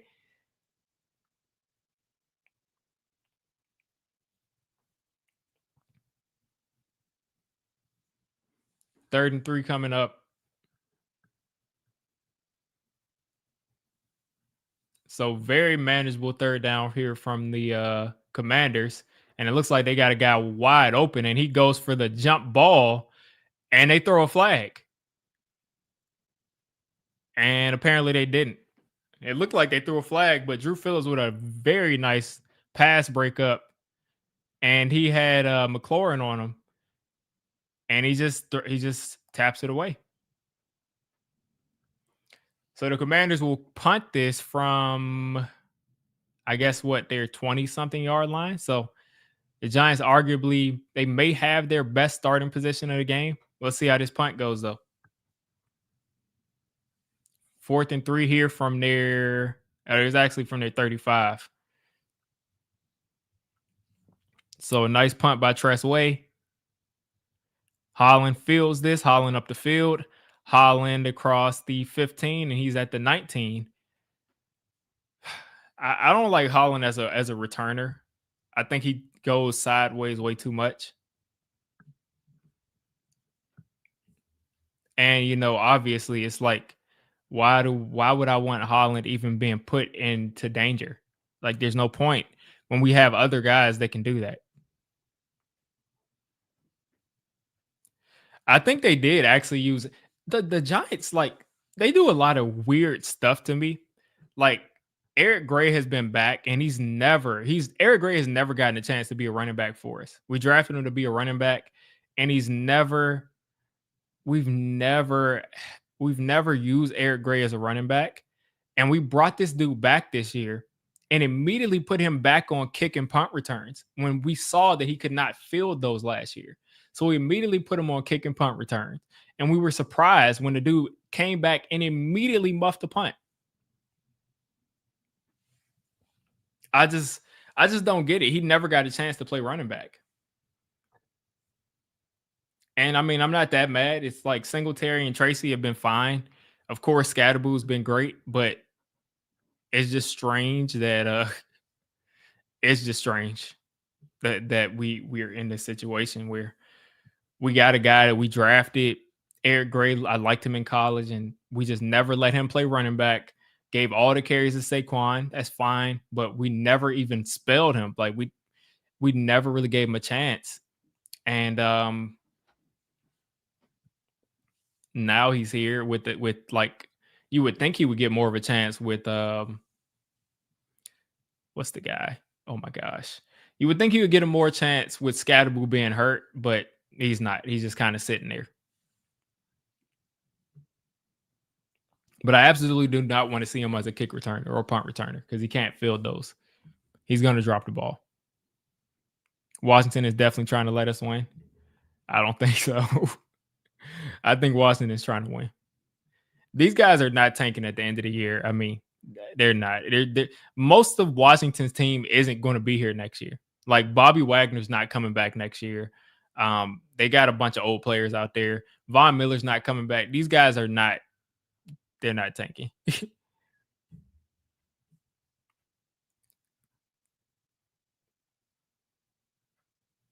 Let's see.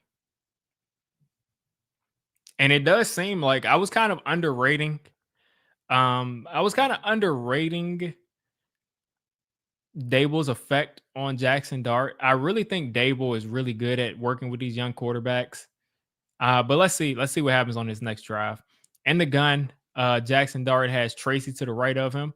He's got Theo, Wandale, and Hodgins to the left of him. And you got to run to Tyrone Tracy, who explodes out of the backfield and runs for about 4.5 yards. But there's a clear difference between what we've seen from Jackson Dart with Dable versus after Dable. And I think that's like, I think he's very good at working with these young quarterbacks. I really think he is. So I was saying, like, we can go with a defensive coach, but maybe we do need to go offensive coach. And Tyrone Tracy, man, runs for 5 yards and then has a false start and loses the 5 yards. So 2nd and 10 coming up. James Cook puts up 7. So the Bills have put up 17 unanswered. They're trailing the Patriots 24-21 now. So 2nd and 10 coming up.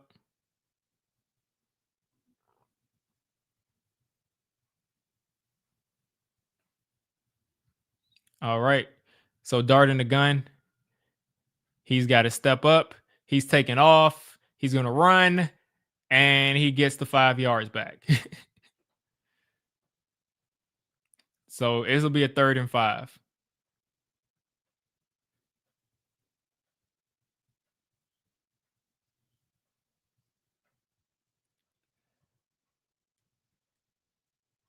So Dart picks the 5 yards back up after Tracy ran for 5 yards, had the 5-yard false start. Now Jackson Dart picks those 5 yards back up, and you got a 3rd and 5 coming up. And the gun again in our territory. This is a crucial drive. Dart misses Slayton, man. Like, Slayton still dropped it, but Dart threw that way too far inside. Let's see what happened. No, Slayton just dropped that. That's that's on brand for Slayton.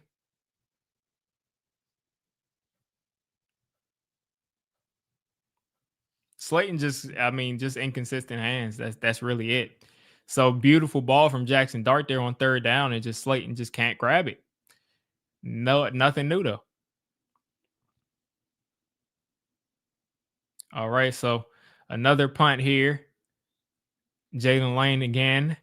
He is trying to spin out of it, and he'll start off at the 35.5-yard line. We appreciate that drop. Yeah, Jonathan Vilma said you don't see that from Slayton too much. I'm like, you see that literally every other week. He's dropping easy passes.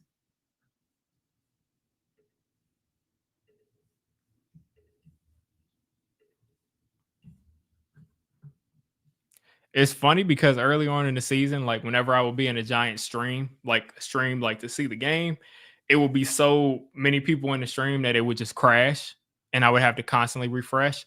But there's so little people watching these games now that I don't have any issues the entire time. And that's just sad. Apparently, Joe. Oh my gosh, I don't want to talk about politics. I don't want to do it. Almost got me, but Yeah, we got it. We got to do better there. Slayton's got to like hold on to the ball, man. Hold on to the ball, Darius.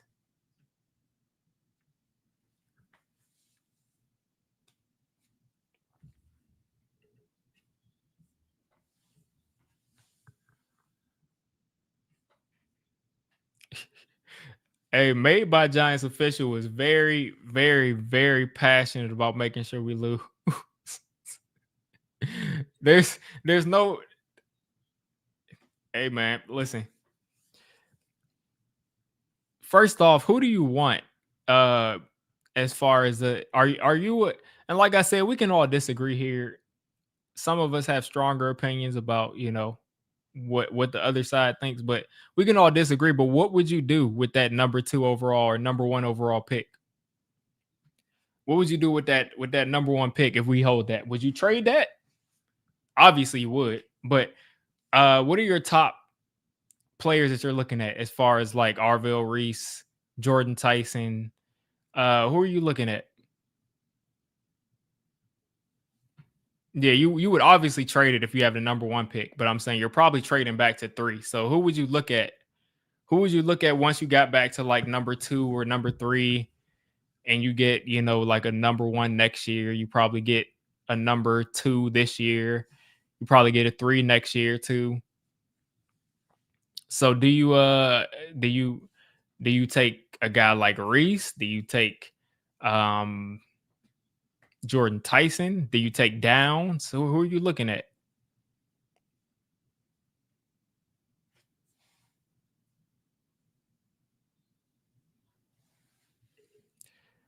Well, listen, let's look at the Patriots last year.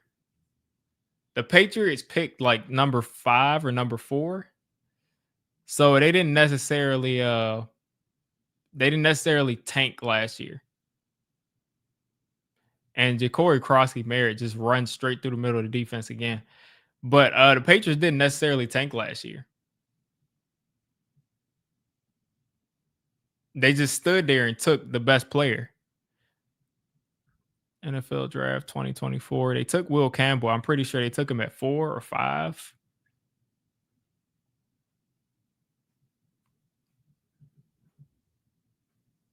Or they took him at I think they took him at 4. Yeah, they took him at 4. So again, they didn't tank and get the number 1 overall pick and have to trade to do all that. Like whoever the new GM is and head coach, like, so are you saying that we need to move on from Jackson Dart? Because that's a different discussion. Do you think that Fernando Mendoza is better than Jackson Dart? I mean, I can understand like some people just don't like Jackson Dart. It is what it is, but to be wanting to tank for Fernando Mendoza is I, I don't I don't think that guy is gonna be a life changer. You're taking Mendoza over Dart. Meanwhile, the Giants just forced the 3 and out. Looks like, and they'll punt. So the team I mentioned, all good now. But that's what I'm saying. We want to talk facts when we're saying things. So out of which teams which one of these teams tanked? Because the Panthers, they tanked, but they weren't good for like 3 or 4 years after, and they almost gave up on their quarterback. The Patriots again didn't tank last year. They had a top 5 pick because they just were bad, and we'll probably have a top 5, top 6 pick. And they didn't have the number 1 overall pick. So unless you're saying that we need to keep the number 1 overall pick because we need to take Mendoza, then there's no difference between what the Patriots did last year and what we did. There's no difference.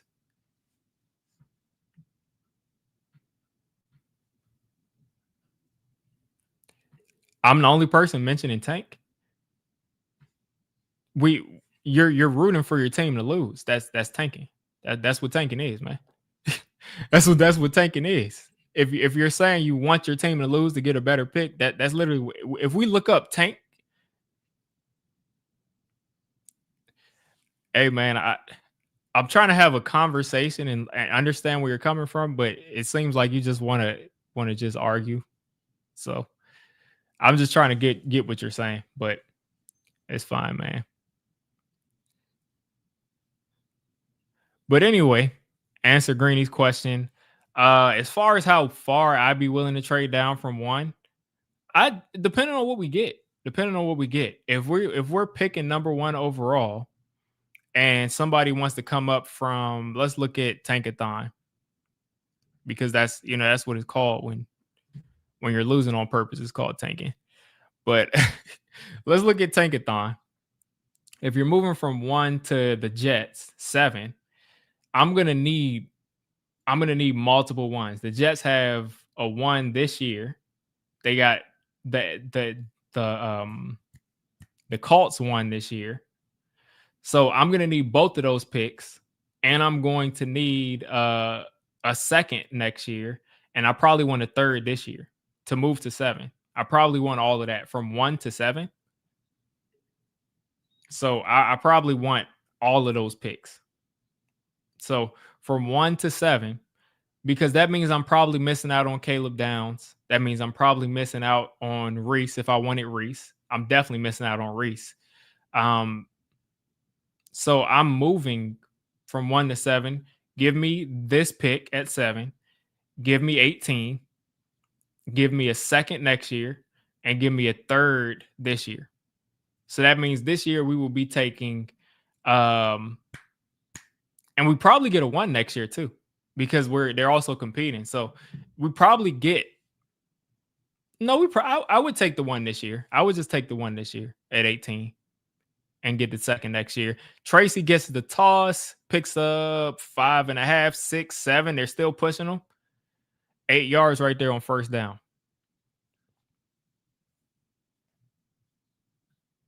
Tracy having a decent game today.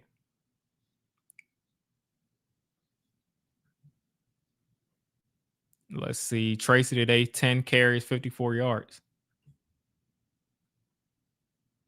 We should have gotten AD Mitchell from the Colts. We should have definitely took AD Mitchell. Here we go. 2nd and 2. There we go. Jackson Dart with a lot of space. He's hitting Slayton there. Picks up a first down. And that's about 12 yards there.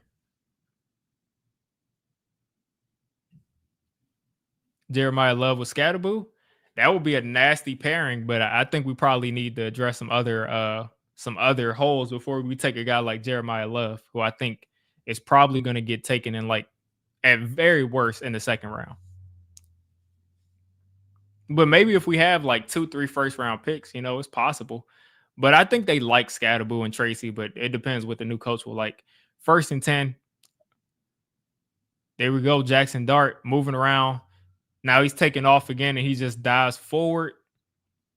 And he's going to be about 3.5, 4. Or they're going to call him 5 yards short of a first down.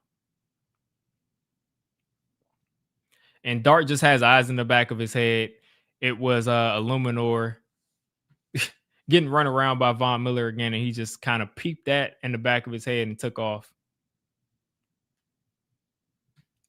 2nd and 5 coming up. Another handoff.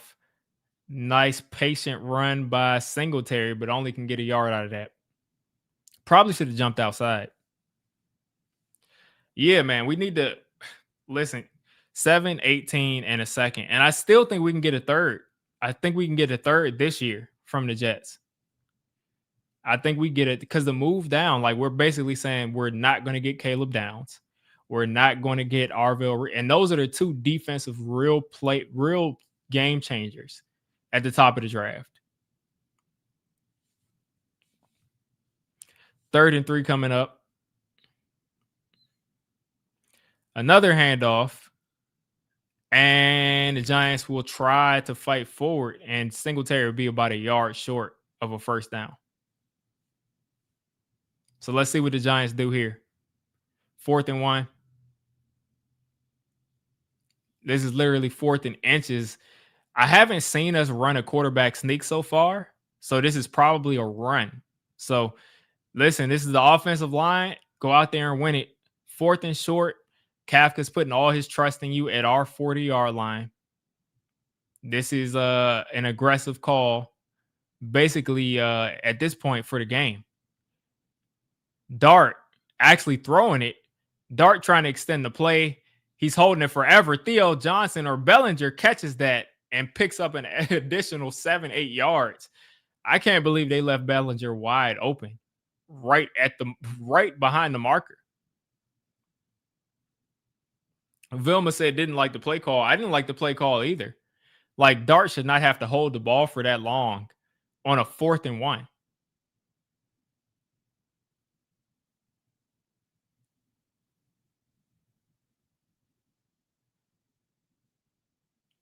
First and 10. Jackson Dart in the gun. Play action. Here's Bellinger again. Bellinger makes a guy miss, runs over a guy, picks up a first down.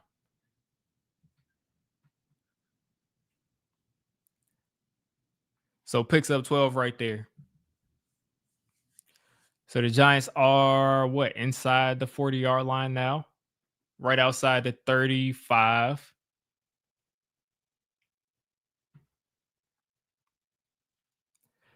So in the gun, 2 wide receiver set, 2 tight ends.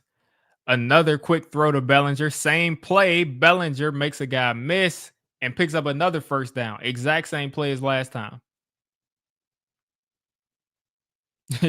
That's what Velma just said. They're just going to keep letting us throw it to him. So keep going to him. Luvu misses the tackle there. Luvu has just been as far as like how he's just turned around like that, Luvu has just kind of fallen off.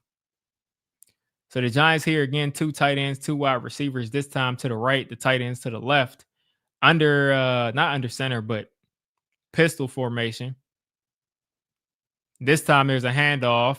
Tracy slashes forward for 5 yards.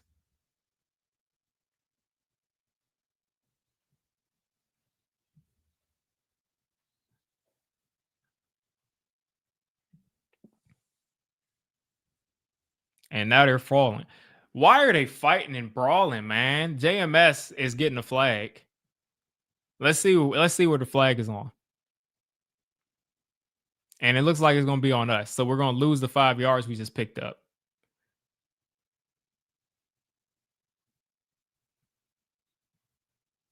Like, go back 15 yards because you can't control yourself. So 2nd and 20 because of JMS getting into a brawl after the play. So let's see what happened here. JMS, like, that is a flag? Are you kidding me? Because they're sitting there talking? Really? That's a crazy flag right there.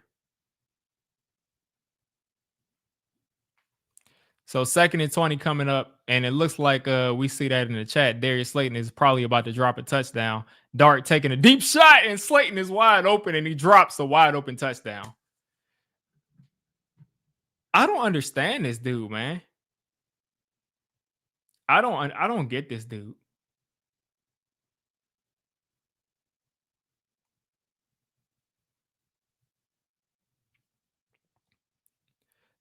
That's like Slayton, catch the ball, man.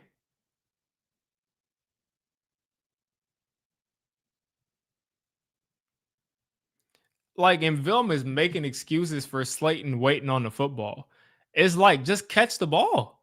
It touched both of his hands. He was in the end zone, just corralled a pass. Now we're in a 3rd and 20 after a promising drive, and we got to waste the timeout because we can't get the ball off.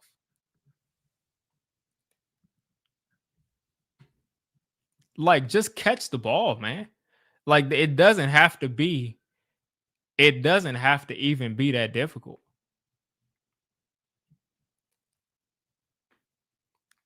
Like, just catch the ball.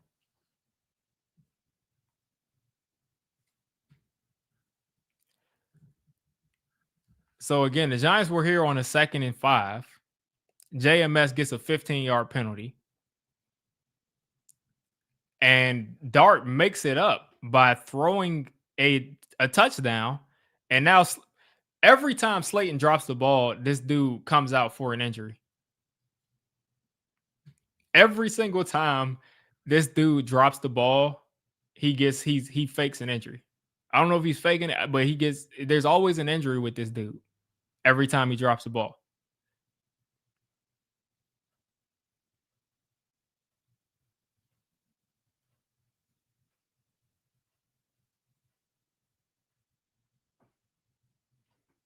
Third and 20 coming up. Hand off to Tracy. Tracy to the outside. And he's going nowhere. So the Giants are going to kick this field goal probably from the 32. And of course they're going to miss it.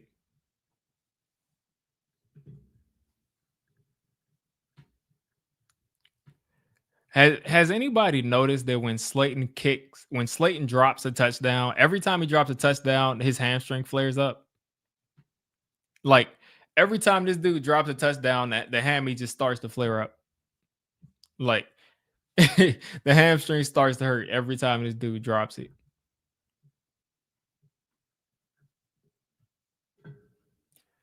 And we're gonna line up again and try to kick this field goal and miss it. Because again, we're kicking from it's gonna be a 51-yarder. There's no way that Young Wei Koo just missed the 51-yarder by a mile. I would rather just punt it. Like, I would rather just punt it, try to see if we can pin them inside the 10, because this dude is not going to be able to make a field goal, and we're probably not going to pick up a 3rd and 18 or a 4th and 18. DeAndre Swift with another touchdown. Let's see what else we got. The Bills are at 21 still. Patriots still at 24. Bears still up 21-3 on the Browns. Texans up 30-7 on the Cards. Chargers and Chiefs tied at 13. Jaguars put up 38 on the Jets, 38-13. Eagles up 31-0 on the Raiders. The Raiders probably are about to get shut out. Ravens up 17-0 on the Bengals. I can't wait to see Phillip Rivers at his advanced age come out there and try to ball out for the Colts. Now, they got a lot of weapons and they got a running game. So is he going to just be able to, with his experience and just raw vibes, just come out there and ball out? Because that'll be crazy. He hasn't played in 5 years. He was going to be up for the Hall of Fame this year. Like he was going to be up for the Hall of Fame this year, and he comes back after 5 years, and he's about to come out there and try to play in the NFL at 44 years old. It's like, that's nuts. If I want the Giants to win, I don't want to hear you complain about our GM or owner. This dude made a new account. Oh man. I didn't block you, man. I just ignored you. 51-yarder, Young Wei Koo. And I ignored you not because you have a different opinion, but because you start name calling. So I'm not going to go back and forth with you at that point. Young Wei Koo lining up, and he misses it the same way again. Why even line up to do it? Why even line up to do it, man? Like, imagine if the Giants had a kicker. Kafka ran it as if like, oh, I'm comfortable with the field goal.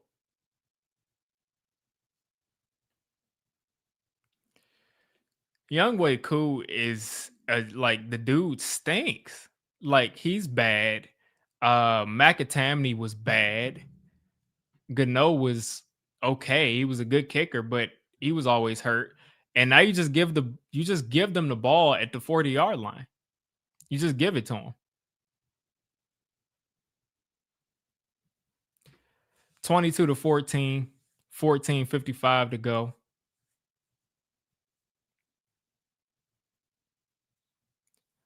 Mariota in the gun. play action. Mariota stepping up, hits a guy, and Debo Samuel catches that across the field and still moving. And this is about to be where the Commanders probably put the game away.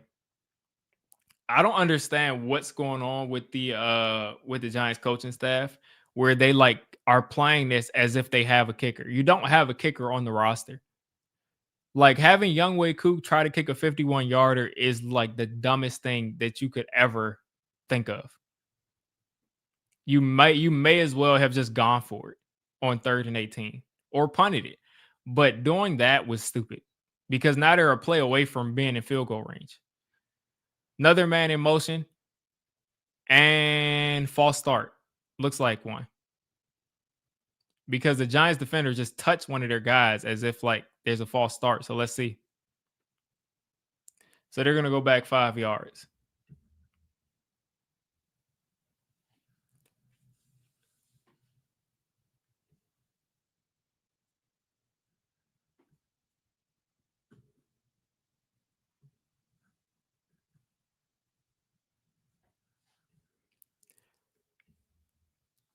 Jaden Daniels giving out bikes. Yeah, it's bad, man. Like we got the worst kicking situation in the league by far.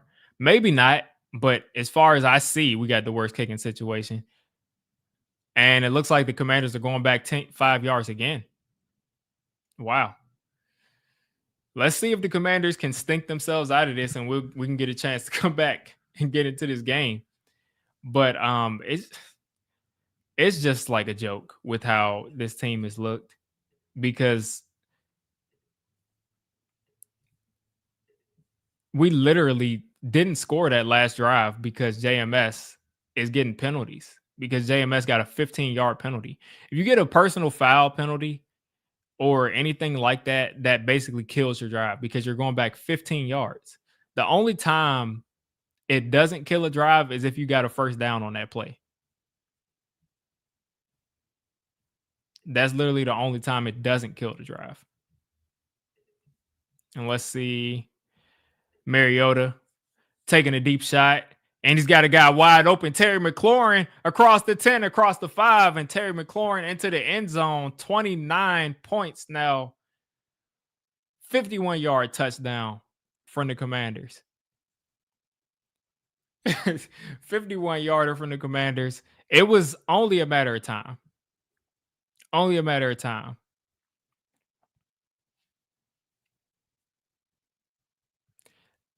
We had Dane Belton at deep safety. I got to look back at that play from the all 22, but it looked like Dane Belton was cover 3 middle field safety. And he was on one side, or they were trying to disguise that. But trying to disguise something with a safety that's unathletic like that is nuts to me. But yeah, the Commanders are going to put up 29 here. And the score is now going to be 29-14. The Giants will have to score 2 touchdowns and get a 2-point conversion just to tie it. But the Giants right now, it looks like they're locking up that pick. It looks like they're locking up that pick there. And just as I complimented the stream a couple minutes ago, the stream starts to go haywire.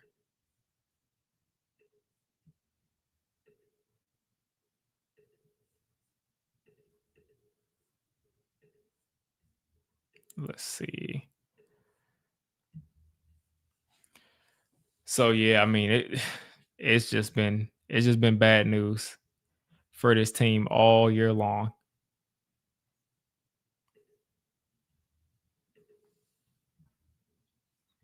Let's see if I can get this back up.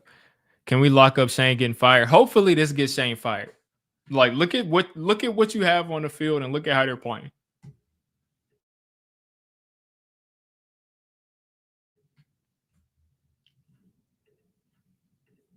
Nauseating. That's why I got. I mean, like I said, to watch this team is the most frustrating thing ever because we literally we see them attempt these field goals and essentially just give up points. Like, why are you just attempting these field goals from 50 yards when you have not, he has not shown you any reason that he can make a 51-yard field goal? When is the last time Younghoe Koo has made a field goal over 40 something yards? The only field goals he's kicked for us have been like 35 yarders that he's made. And this dude used to actually be a good kicker. That's the crazy thing. But also, he was a good kicker in a dome. So Younghoe Koo this year has kicked a 44-yarder for us. That's the longest kick he's made for us, is a 44-yarder.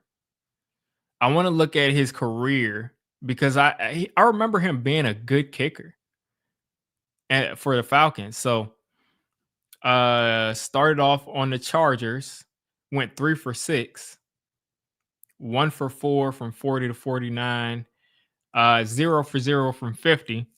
Then went to the Falcons 2 years later. I'm just going to read his 50-yard stats. Younghoe Koo in 2019, 1 for 1 from 50 yards, 8 for 8 for 50 yards in 2020, 4 for 5 in 2021, 7 for 11 in 2022, 3 for 6. So that's when it kind of fell off a little bit. 50% in 2023, and then 6 for 9 in 2024. 2025 came out, stunk up the place a bit, and actually didn't play that bad for the Falcons. He missed literally one field goal. So they moved on. And now we're dealing with him, and he's been the worst he's been in his career. Deonte Banks returning this from the 5 across the 30, and it looks like he's going to go down, but my stream froze, and he's going to go down at the 34. So they're going to actually probably give him the 33 and a half. Oh, of course, we'll probably score now that they score. That's how the Giants work. They're always really good at coming out and scoring when it doesn't really affect the game. So again, my stream is lagging a little bit, so I'm probably a little ways behind. But I did see in a group chat that I'm in that somebody said Dart's having a good second half. So we'll see. We'll see. So Jackson Dart in the gun. 3 wide receivers. I mean, Dart literally hit Slayton in the hands. That's the crazy thing. Hit him in the hands on that touchdown, and he just dropped it. So Dart dumped it off. Tracy makes a guy miss. Yeah, I'm gonna have to find another stream. This is just crazy. See if I can go back to my original one.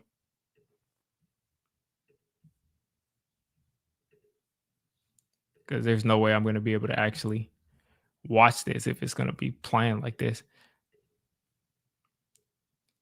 And I see the ball in the air, and Theo Johnson on the deep ball. And like I said, I'm just popping in and seeing the ball in the air. I'm just popping in and seeing the ball in the air, and Theo Johnson is dusting somebody. Oh my gosh, look at that change of direction.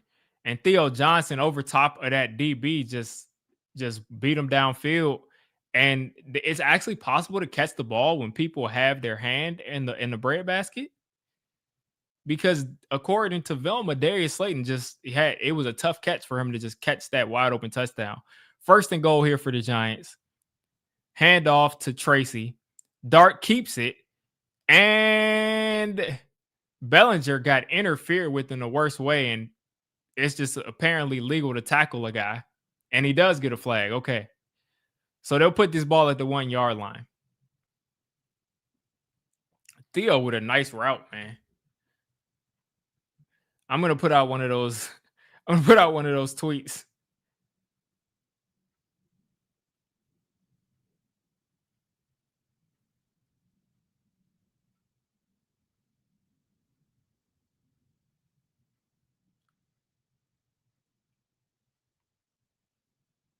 All right. Yeah, that was a nice route from Theo.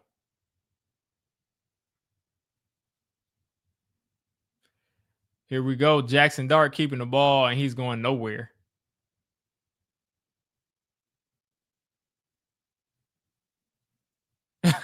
Velma is so frustrated they're running with the quarterback.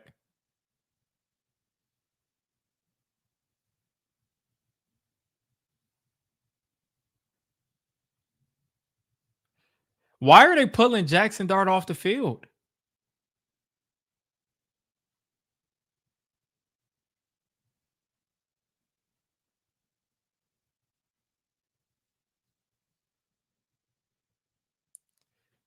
So that might be Jackson Dart coming out of the game again. Coming out. He's going to have to miss at least one play. And they're cheering for Jameis Winston coming in the game.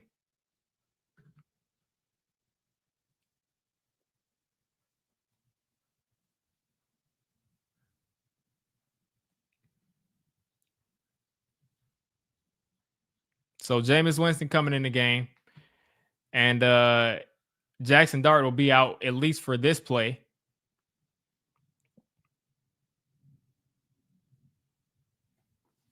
So from the 2 or 3 yard line,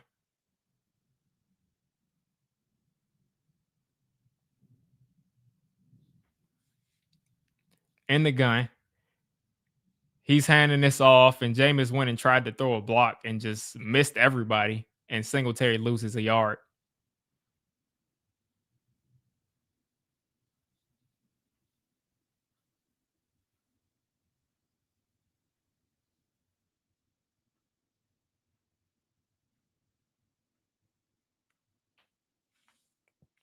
Third and goal coming up. Literally, the refs have all been told, keep an eye on Jackson Dart because he's probably going to get hit in the head. And when he does, make sure he comes out. So here we go. Jameis Winston in the red zone at the 4 yard line. Let's see. Third and goal. Jameis throws it and incomplete. So Giants here at the 4 yard line, had it at the 1 and go backwards 3 yards. And they're going to have to go for it. I don't like that play call. The Commanders were all over it. Yeah, Mike Kafka is calling these plays, and that's a ridiculous. It's just ridiculous. So here on the 4 yard line again, the Giants spread it out finally, and they call a timeout. So the Commanders call a timeout.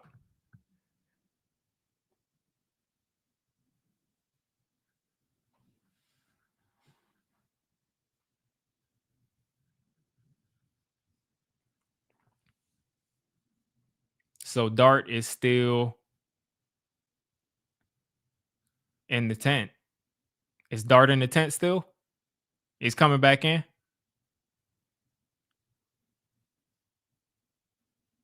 He's not. So Jameis is running over to Kafka to confirm something, but Dart looks like Dart is coming back in the game.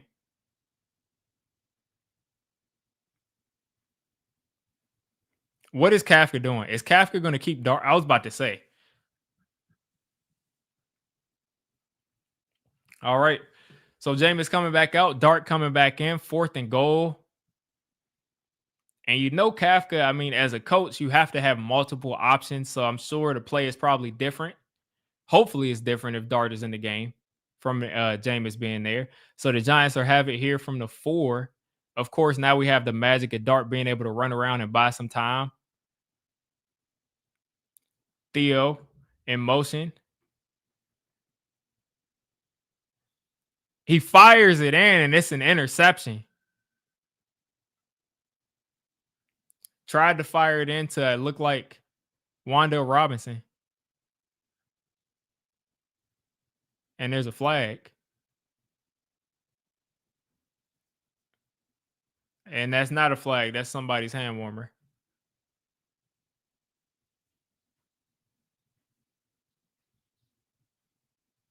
All right, so it's not intercepted. Just a nice play from Mike Sangerslow.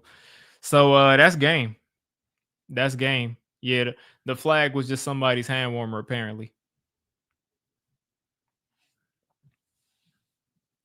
So yeah, I just don't see the Giants putting up 15 points after not scoring on that drive and also missing that field goal. Because like also you got to think about it. Like, is this dude Koo even gonna make the extra point when they go for it? Like when they like score, if they do score a touchdown, is Koo going to even make the extra point?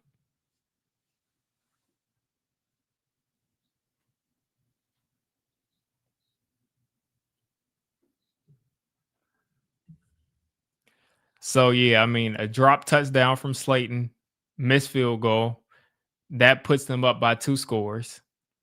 Like this is just life in New Jersey. This is life as a Giants fan. Worst franchise in the NFL. The Mayor should be proud of what they did. Yeah, yeah. I mean, it's a joke. They turned the team into a joke. That's what they did. That's what happened. And honestly, the league probably should step in. Like if they can't get this together, like if they can't fix this with this next regime, the league should probably step in.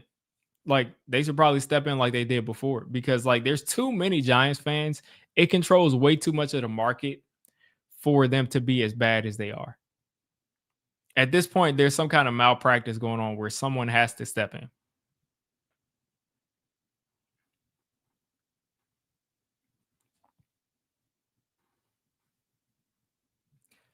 And like, what more can Jackson Dart do on that deep shot to Darius Slayton? Like, if the ball is right here and a guy just puts his hand on Slayton's chest, like he should still catch the ball.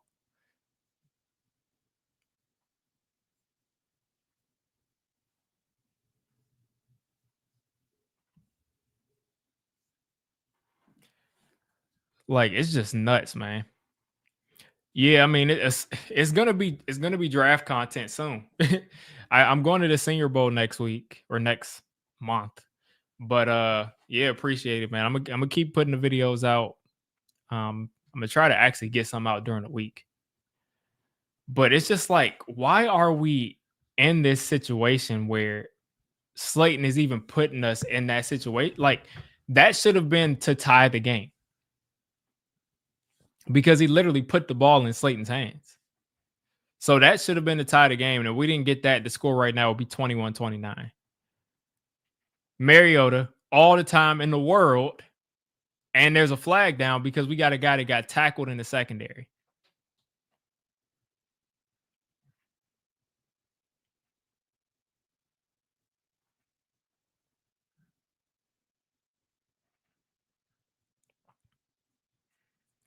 So Flott literally tackled Terry. Let's see.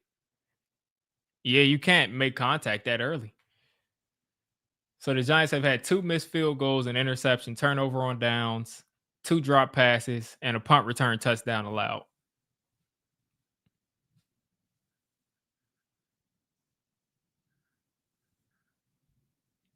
The Giants put up like 150 yards in the third quarter. And like it turned into 7 points.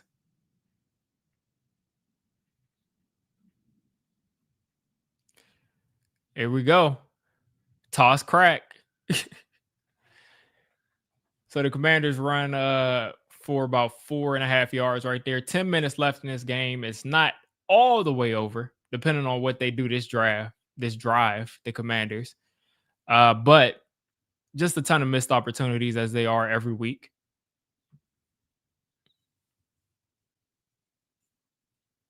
Yeah, still 10 minutes left, like I said, but it depends what the Commanders do this drive.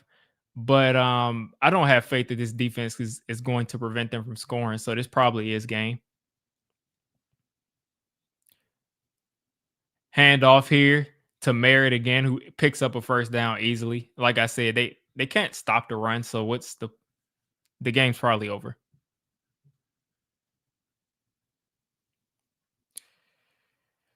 Joe Burrow throws an interception. Oh no. Oh no. Joe Burrow threw an interception and the linebacker caught it, and he literally didn't even pitch it to the DB. He literally just handed it off to him. He just literally just turned around and said, like, here you go. And the DB just took it and just took it back for a touchdown for the Ravens. Here we go. Mariota in the pistol. Mariota in the shotgun now. Short screen to Debo, and Debo's just going to run through arm tackles as he always does and pick up a first down. I just cannot wait to see like a different defense from what we're seeing.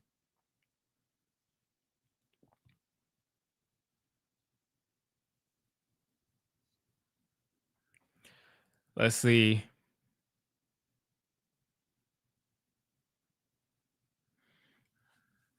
I mean, like it's if I'm Jackson Dart, man, like I'm just really considering like why am I here? Like why am I here? Like of course Jackson Dart hasn't been perfect, but also like what's going on with his teammates? And are you kidding me? Marcus Mariota just put Tyler Nubin on the ground. Tyler Nubin is so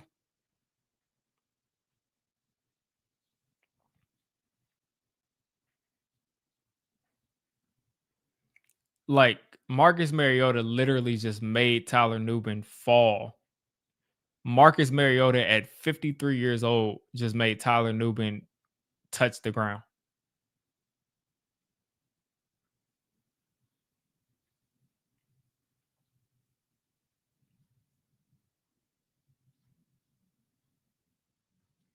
Like this dude was supposed to be a heat-seeking missile that was just blowing everything up.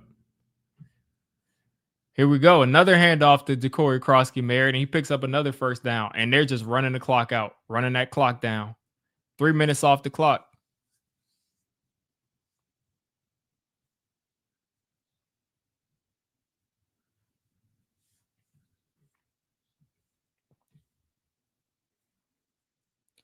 Let's see. 6 minutes left. 6 minutes, 50 seconds left to go.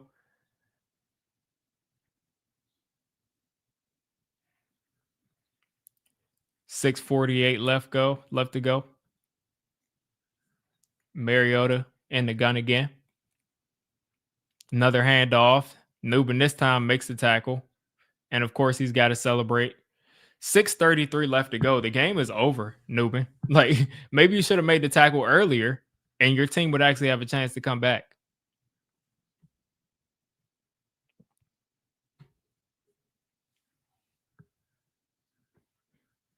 You just let Marcus Mariota put up 29 points against you and you're celebrating.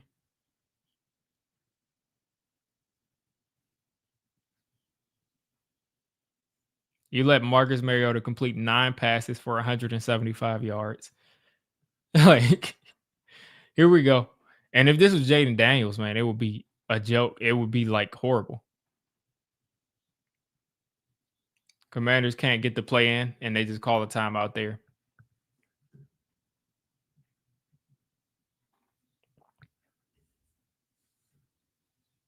It literally is like like I just don't understand. I just don't understand how they like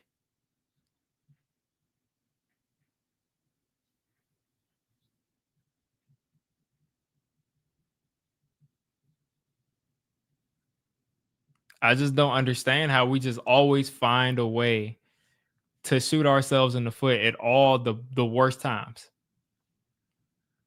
Like all the worst times. And like part of it is like, Dable, but part of it is Dable's been gone for weeks now. And these guys are just still shooting themselves in the foot at all the worst times.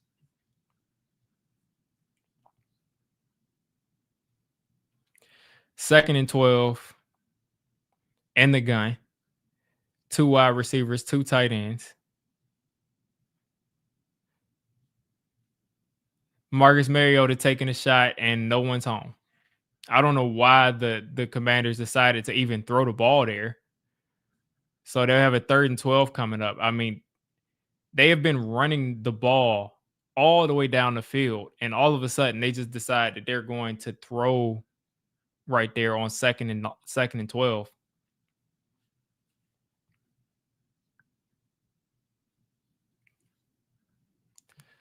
Now let's see what the Chiefs are doing. It looks like oh my God, Baltimore is up 24-0 on the Bengals. The Chiefs locked in with the Chargers. They're trailing by 3 points. Marcus Mariota is going to get sacked, and he dropped the ball, and Brian Burns picked up the ball. So the Giants have the ball inside the 30. That was a play that I wish I would have seen from the defense a lot earlier. But let's see if that was even a fumble. Let's see if that was even a fumble. Let's see.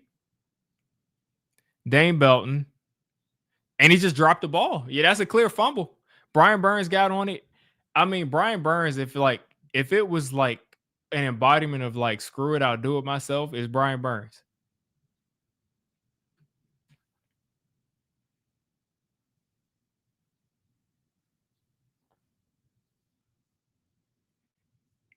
So Jackson Dart got the ball right here at the edge of the red zone.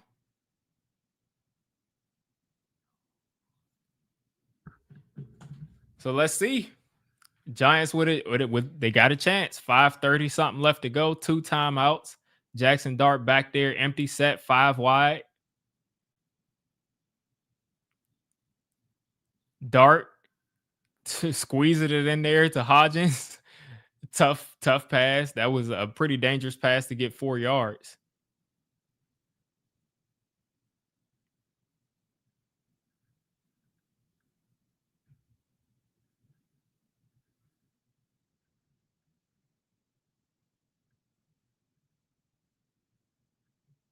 Second and 6 coming up.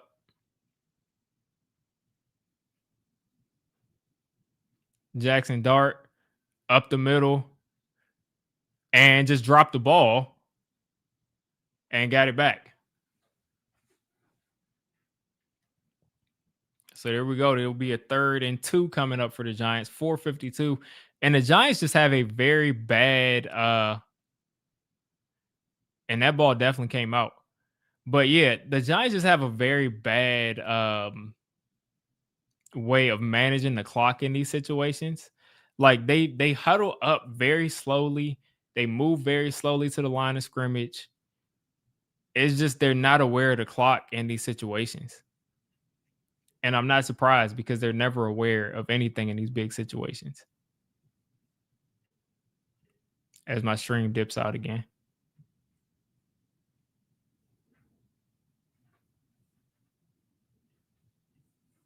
And that's gone.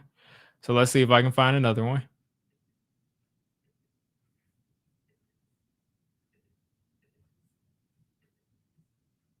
And I'm sure I have to go back in time now and pretend like. So, okay. So I'm going to look away to see we're here on a 3rd and 2. And hopefully I can get back to the original stream soon as this one is buffering again. Can I just not see what happens on this 3rd and 2? And I just got spoiled. Apparently we scored a touchdown. And I'll never see it. Apparently we scored a touchdown here.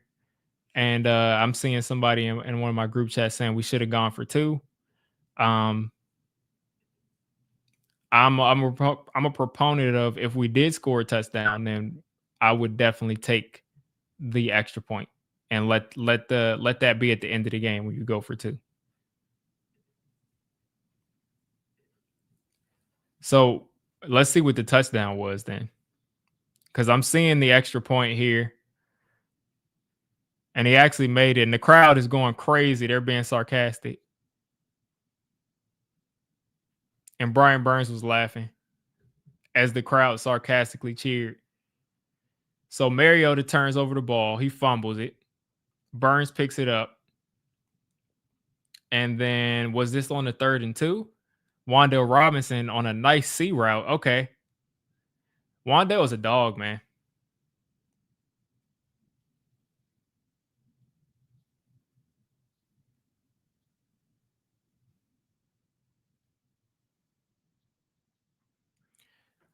All right. So listen, this is the time for the Giants defense to step it up. This is the time for them to step up down here at the end of the game. Will they even do it?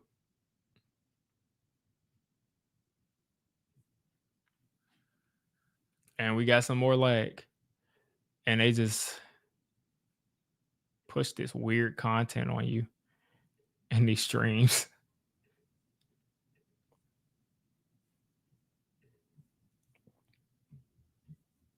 Let's see if I can get this other stream to work again. Let's see. Everything's lagging.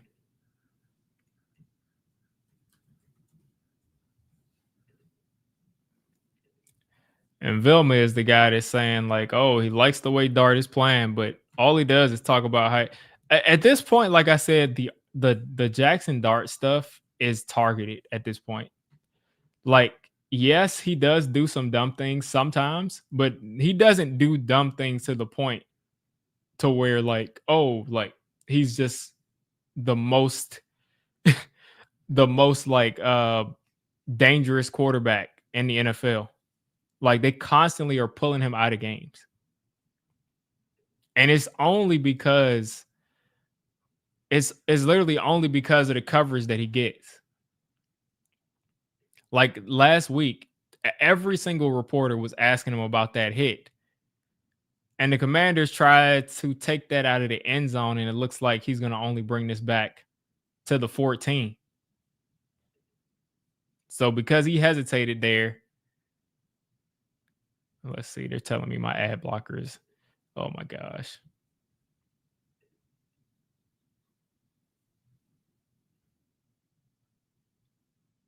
But yeah, like I really think that the Jackson Dart stuff is targeted at this point because he's not playing any more dangerous than most running quarterbacks are.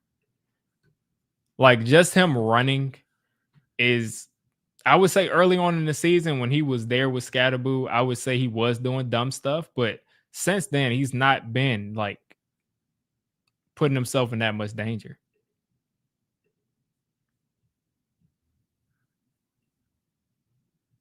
And right now I'm just trying to find a stream as everything's just given out. And again, would be able to watch the NFL stream, but they don't allow me to watch a stream while I'm streaming. So that's feedback for them. Maybe maybe you improve your product and I'm actually able to use it and we don't have to take other avenues. And of course, they told me to turn my ad blocker off so they could give me a million ads and try to make me download stuff that I don't want to download. So I can't even tell if we're in game or on commercial. But hopefully I can get through this.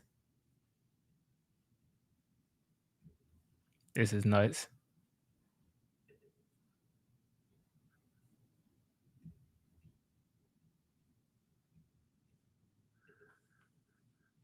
This is nuts.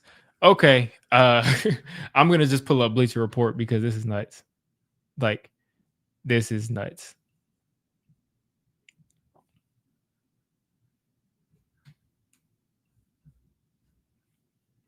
This is literally crazy.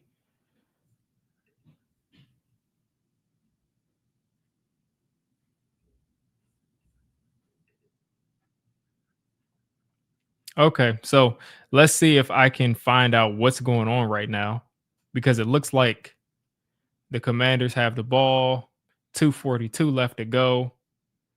It looks like Ben Sinnott just caught the ball for 36 yards. And of course, like my stream goes out at the most like consequential time of the game. It's crazy. Okay. But it looks like they may have just iced the game. That's what it's looking like. Because they're at the New York Giants 39. So yeah, if they get any more yards and make a field goal, the game is basically over.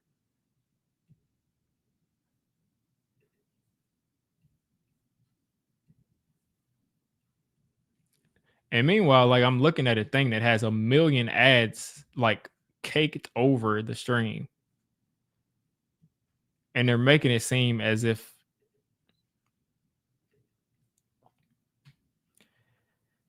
anyway, it's looking like the Giants defense once again is collapsing at the end of the game. It doesn't matter who they're playing against, if it's Ben Sinnott, if it's Marcus Mariota, if it is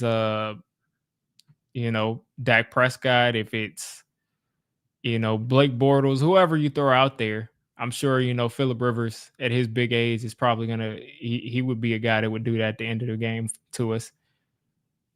They're all going to fold. They're always going to fold at the end of the game.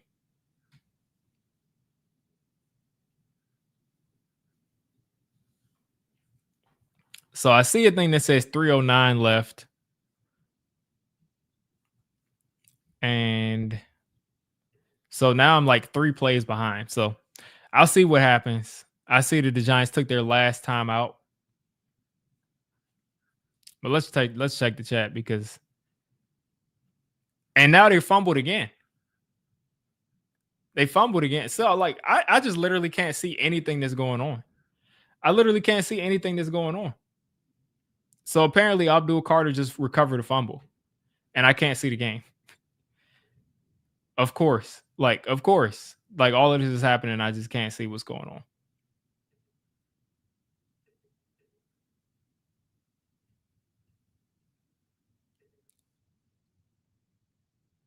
And all of these streams just stopped at like 4 minutes. All of them just quit playing at like 4 minutes.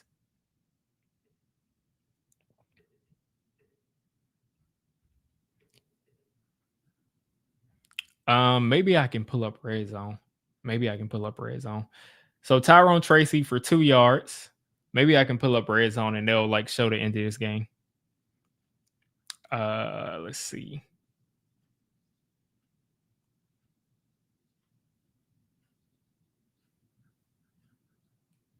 So somebody really fumbled again. McNichols, it looks like. Let's pull up red zone.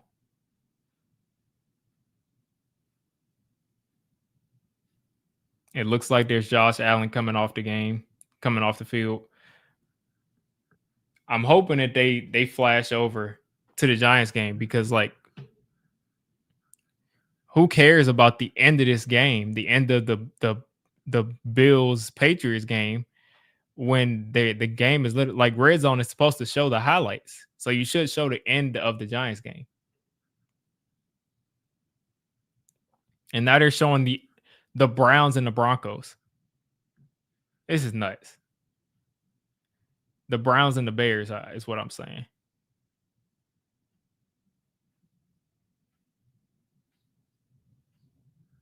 So I have the audio for now.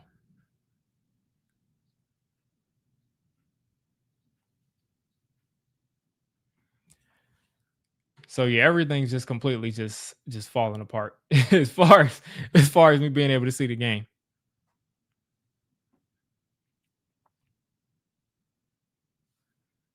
So 29-21 game right now.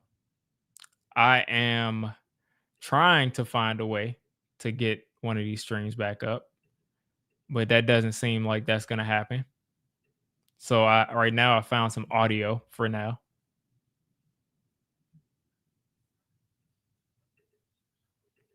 So I'm going to be listening to Carl Banks and Bob Papa. We're going to be hearing Carl Banks and Bob Papa, and I'm going to try to follow along with whatever they're saying as I also watch Bleacher Report and see what they're doing.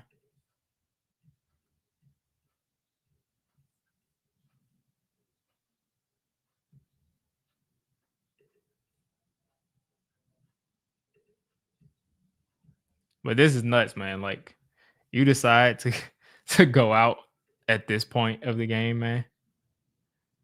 All right. So here we go. It looks like I finally found something that may work. As I just keep getting all these pop-ups every time I try to make it full screen. So Dart in the shotgun. Tracy to his right. And this is what I'm hearing Bob Papa say in my ear. Dart takes a snap. Deep ball to Robinson. And looked like he got overthrown. Or sounds like he got overthrown.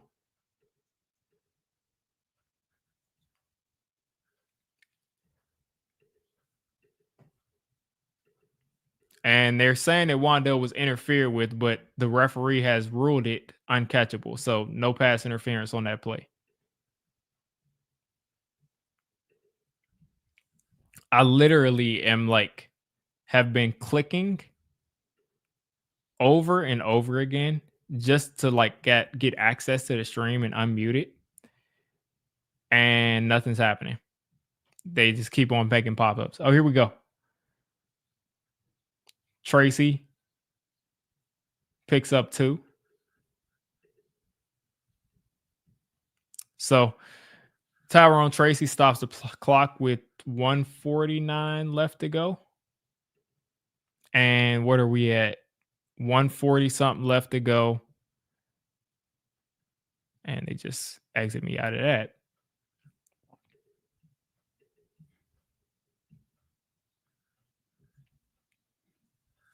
All right. So the Giants here on the 3rd and 8. And like I said, at this point, I'm just listening. Here on the 3rd and 8 for the Giants.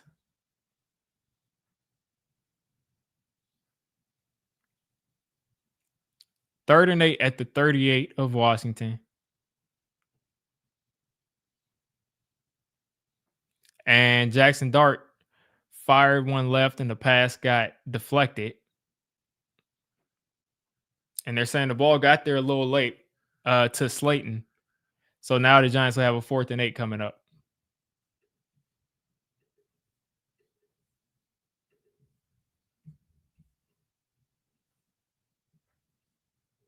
So here we go, 4th and 8 situation for the Giants after the Commanders have literally fumbled the ball twice to try to make sure we get the game. So here we go. 148, and they don't get it. So there you go. No timeouts there for the Giants. 149 left, and that is game. That's game. And I'm just so annoyed they couldn't show that on Red Zone. Like, why couldn't you show that on Red Zone? Are you kidding me? Well, I guess you got this Chiefs game, so that makes sense. But that pretty much wraps it up. Dart not able to make that play happen. Back to Washington. After 2 fumbles in the 4th quarter, the Giants can't take advantage. And that's New York Giants football. Found a way to make it not work. And the funniest thing about all of this is just imagine if we had an actual kicker. Right now, the score will be 29-27. And we would be lining up right now to kick the game-winning field goal. That's what's funny about this. Or probably our defense will probably give it up and like let them kick the field goal back the other way to win. But at the very least, we would be lining up to take the lead, which is nuts, man. So that's it. Game over. We will. Oh my gosh. Another loss, another game of missed opportunities. And it is what it is right there. I'm going to go ahead and do what I always do, which is record this post game. And then we'll stick around in the chat for a couple minutes and then we'll dip out of here. But meanwhile, Mahomes left the game with the knee injury. So I don't know how bad that is. But let's go ahead and go through this post game. What's going on YouTube? Diggy546. More of the same. Nothing surprising here. Today, the Giants continue to shoot themselves in the foot at all the right times. The first 2 drives of the game, the Giants offense honestly looked pretty good, which is funny.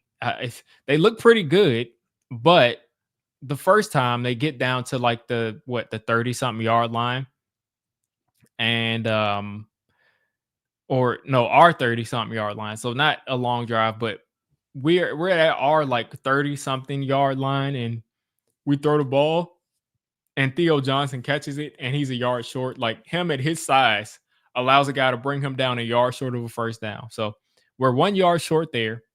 Punt the ball. They go down and score eventually. Then we get the ball back again, and we get in a field goal range.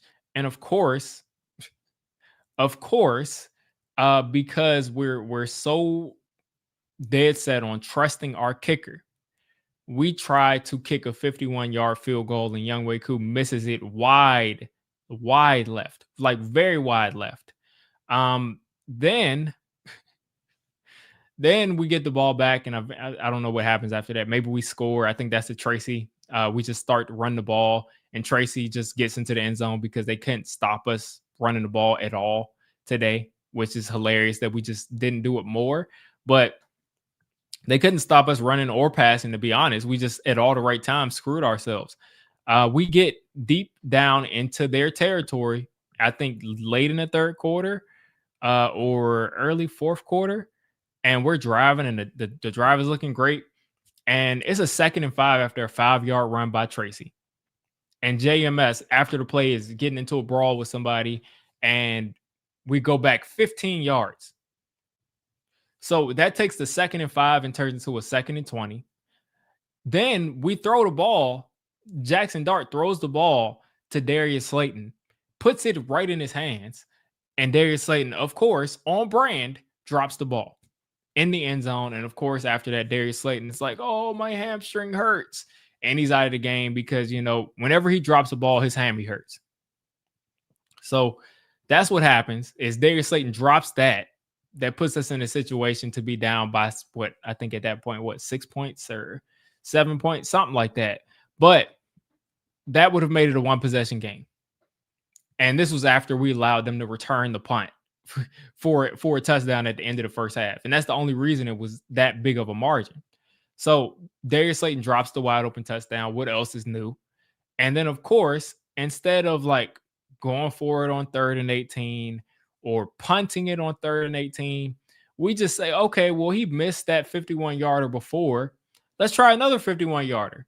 And he misses it wide left again. So why should we continue to allow Younghoe Koo to kick these field goals when he has shown over and over again he's not making anything over 45 yards? He's not going to do it. He's not making anything over 45 yards, yet we continue to line this guy up to kick the ball. So all that going on, penalties at the worst times, drop passes at the worst times. The Commanders start to sabotage themselves, and this is like a high-level summary of the game. Things happened, and I'm going to get to the Dart stuff later on in this video, but we get into a situation where the Commanders literally fumble the game away in the fourth quarter twice. Marcus Mariota drops this. Brian Burns picks it up, runs it. A couple plays later, Jackson Dart hits Wan'Dale Robinson on a C route. We score. So that happens. They get the ball back. They make a big play like they always do against our defense at the end of the game. And someone else fumbles. Giants get the ball back. And of course, we just can't capitalize there at the end of the game. It is what it is right there. But every single time we had a chance to take this game over or get back into the game, we shot ourselves in the foot. And that's what's happened the entire season. That's what happened literally the entire season. So I'm not surprised by today's game. I expected to win. I expected to win because I think the Giants, even though I don't think their roster is that good, I think without Jaden Daniels, the Commanders roster isn't really that good at all. So I expected us to win. But at the same time, when they shoot themselves in the foot like that and lose the game, you're not surprised because they've done it all season long. They've done it every single time that they need to rise up in a crucial situation. They make sure not to rise up. What else here? Let me talk about Jackson Dart. The referees, the announcers, the media are targeting Jackson Dart at this point. Like the amount of attention that's paid to Jackson Dart every time a design run is called, or every time he runs at all, they are paying extra attention to Jackson Dart. And part of it is like, okay, maybe they have to do that because he just got a concussion a couple weeks ago. That's fine. But even before that, like the dude goes to the tent every single week on hits that most quarterbacks take. And he's just going to the tent over and over and over again. We're in the red zone. And this is a red zone trip that we don't score on, by the way. He only got one down. He got 4th down. This is a red zone trip that we don't score on. And he was on the sideline because he's in the blue tent. I know some people are saying, well, he has to protect himself. He can't go head first. Yes, that's true. But also, how many times have you seen these guys go head first and they don't go to the blue tent. He goes to the blue tent more than anybody else in the league, and he does not get hit more than anybody else. It's not the truth. So at this point, it's targeted, and everything he does is under a microscope. And our media, our Giants media, isn't making it any better because literally every game they ask him about, do you think you should have taken that hit? Do you think you should have taken that hit? Like it's a bigger deal than it needs to be. Beyond that, Mike Kafka, the clock management again was piss poor. The play calling at times was very confusing in the red zone. There were a lot of things that I didn't like. I still think that, if Mike Kafka came back next year, oh man. If Mike Kafka came back next year as the offensive coordinator, I wouldn't be mad at that because I think he did a good job. But him managing games and him like doing things that a head coach needs to do, and he's just not that guy. He's not that guy so far. I think he can be a good head coach, but he's not that guy. Not right now, at least. Other than that, it is what it is. The defense continues to be underwhelming against the run.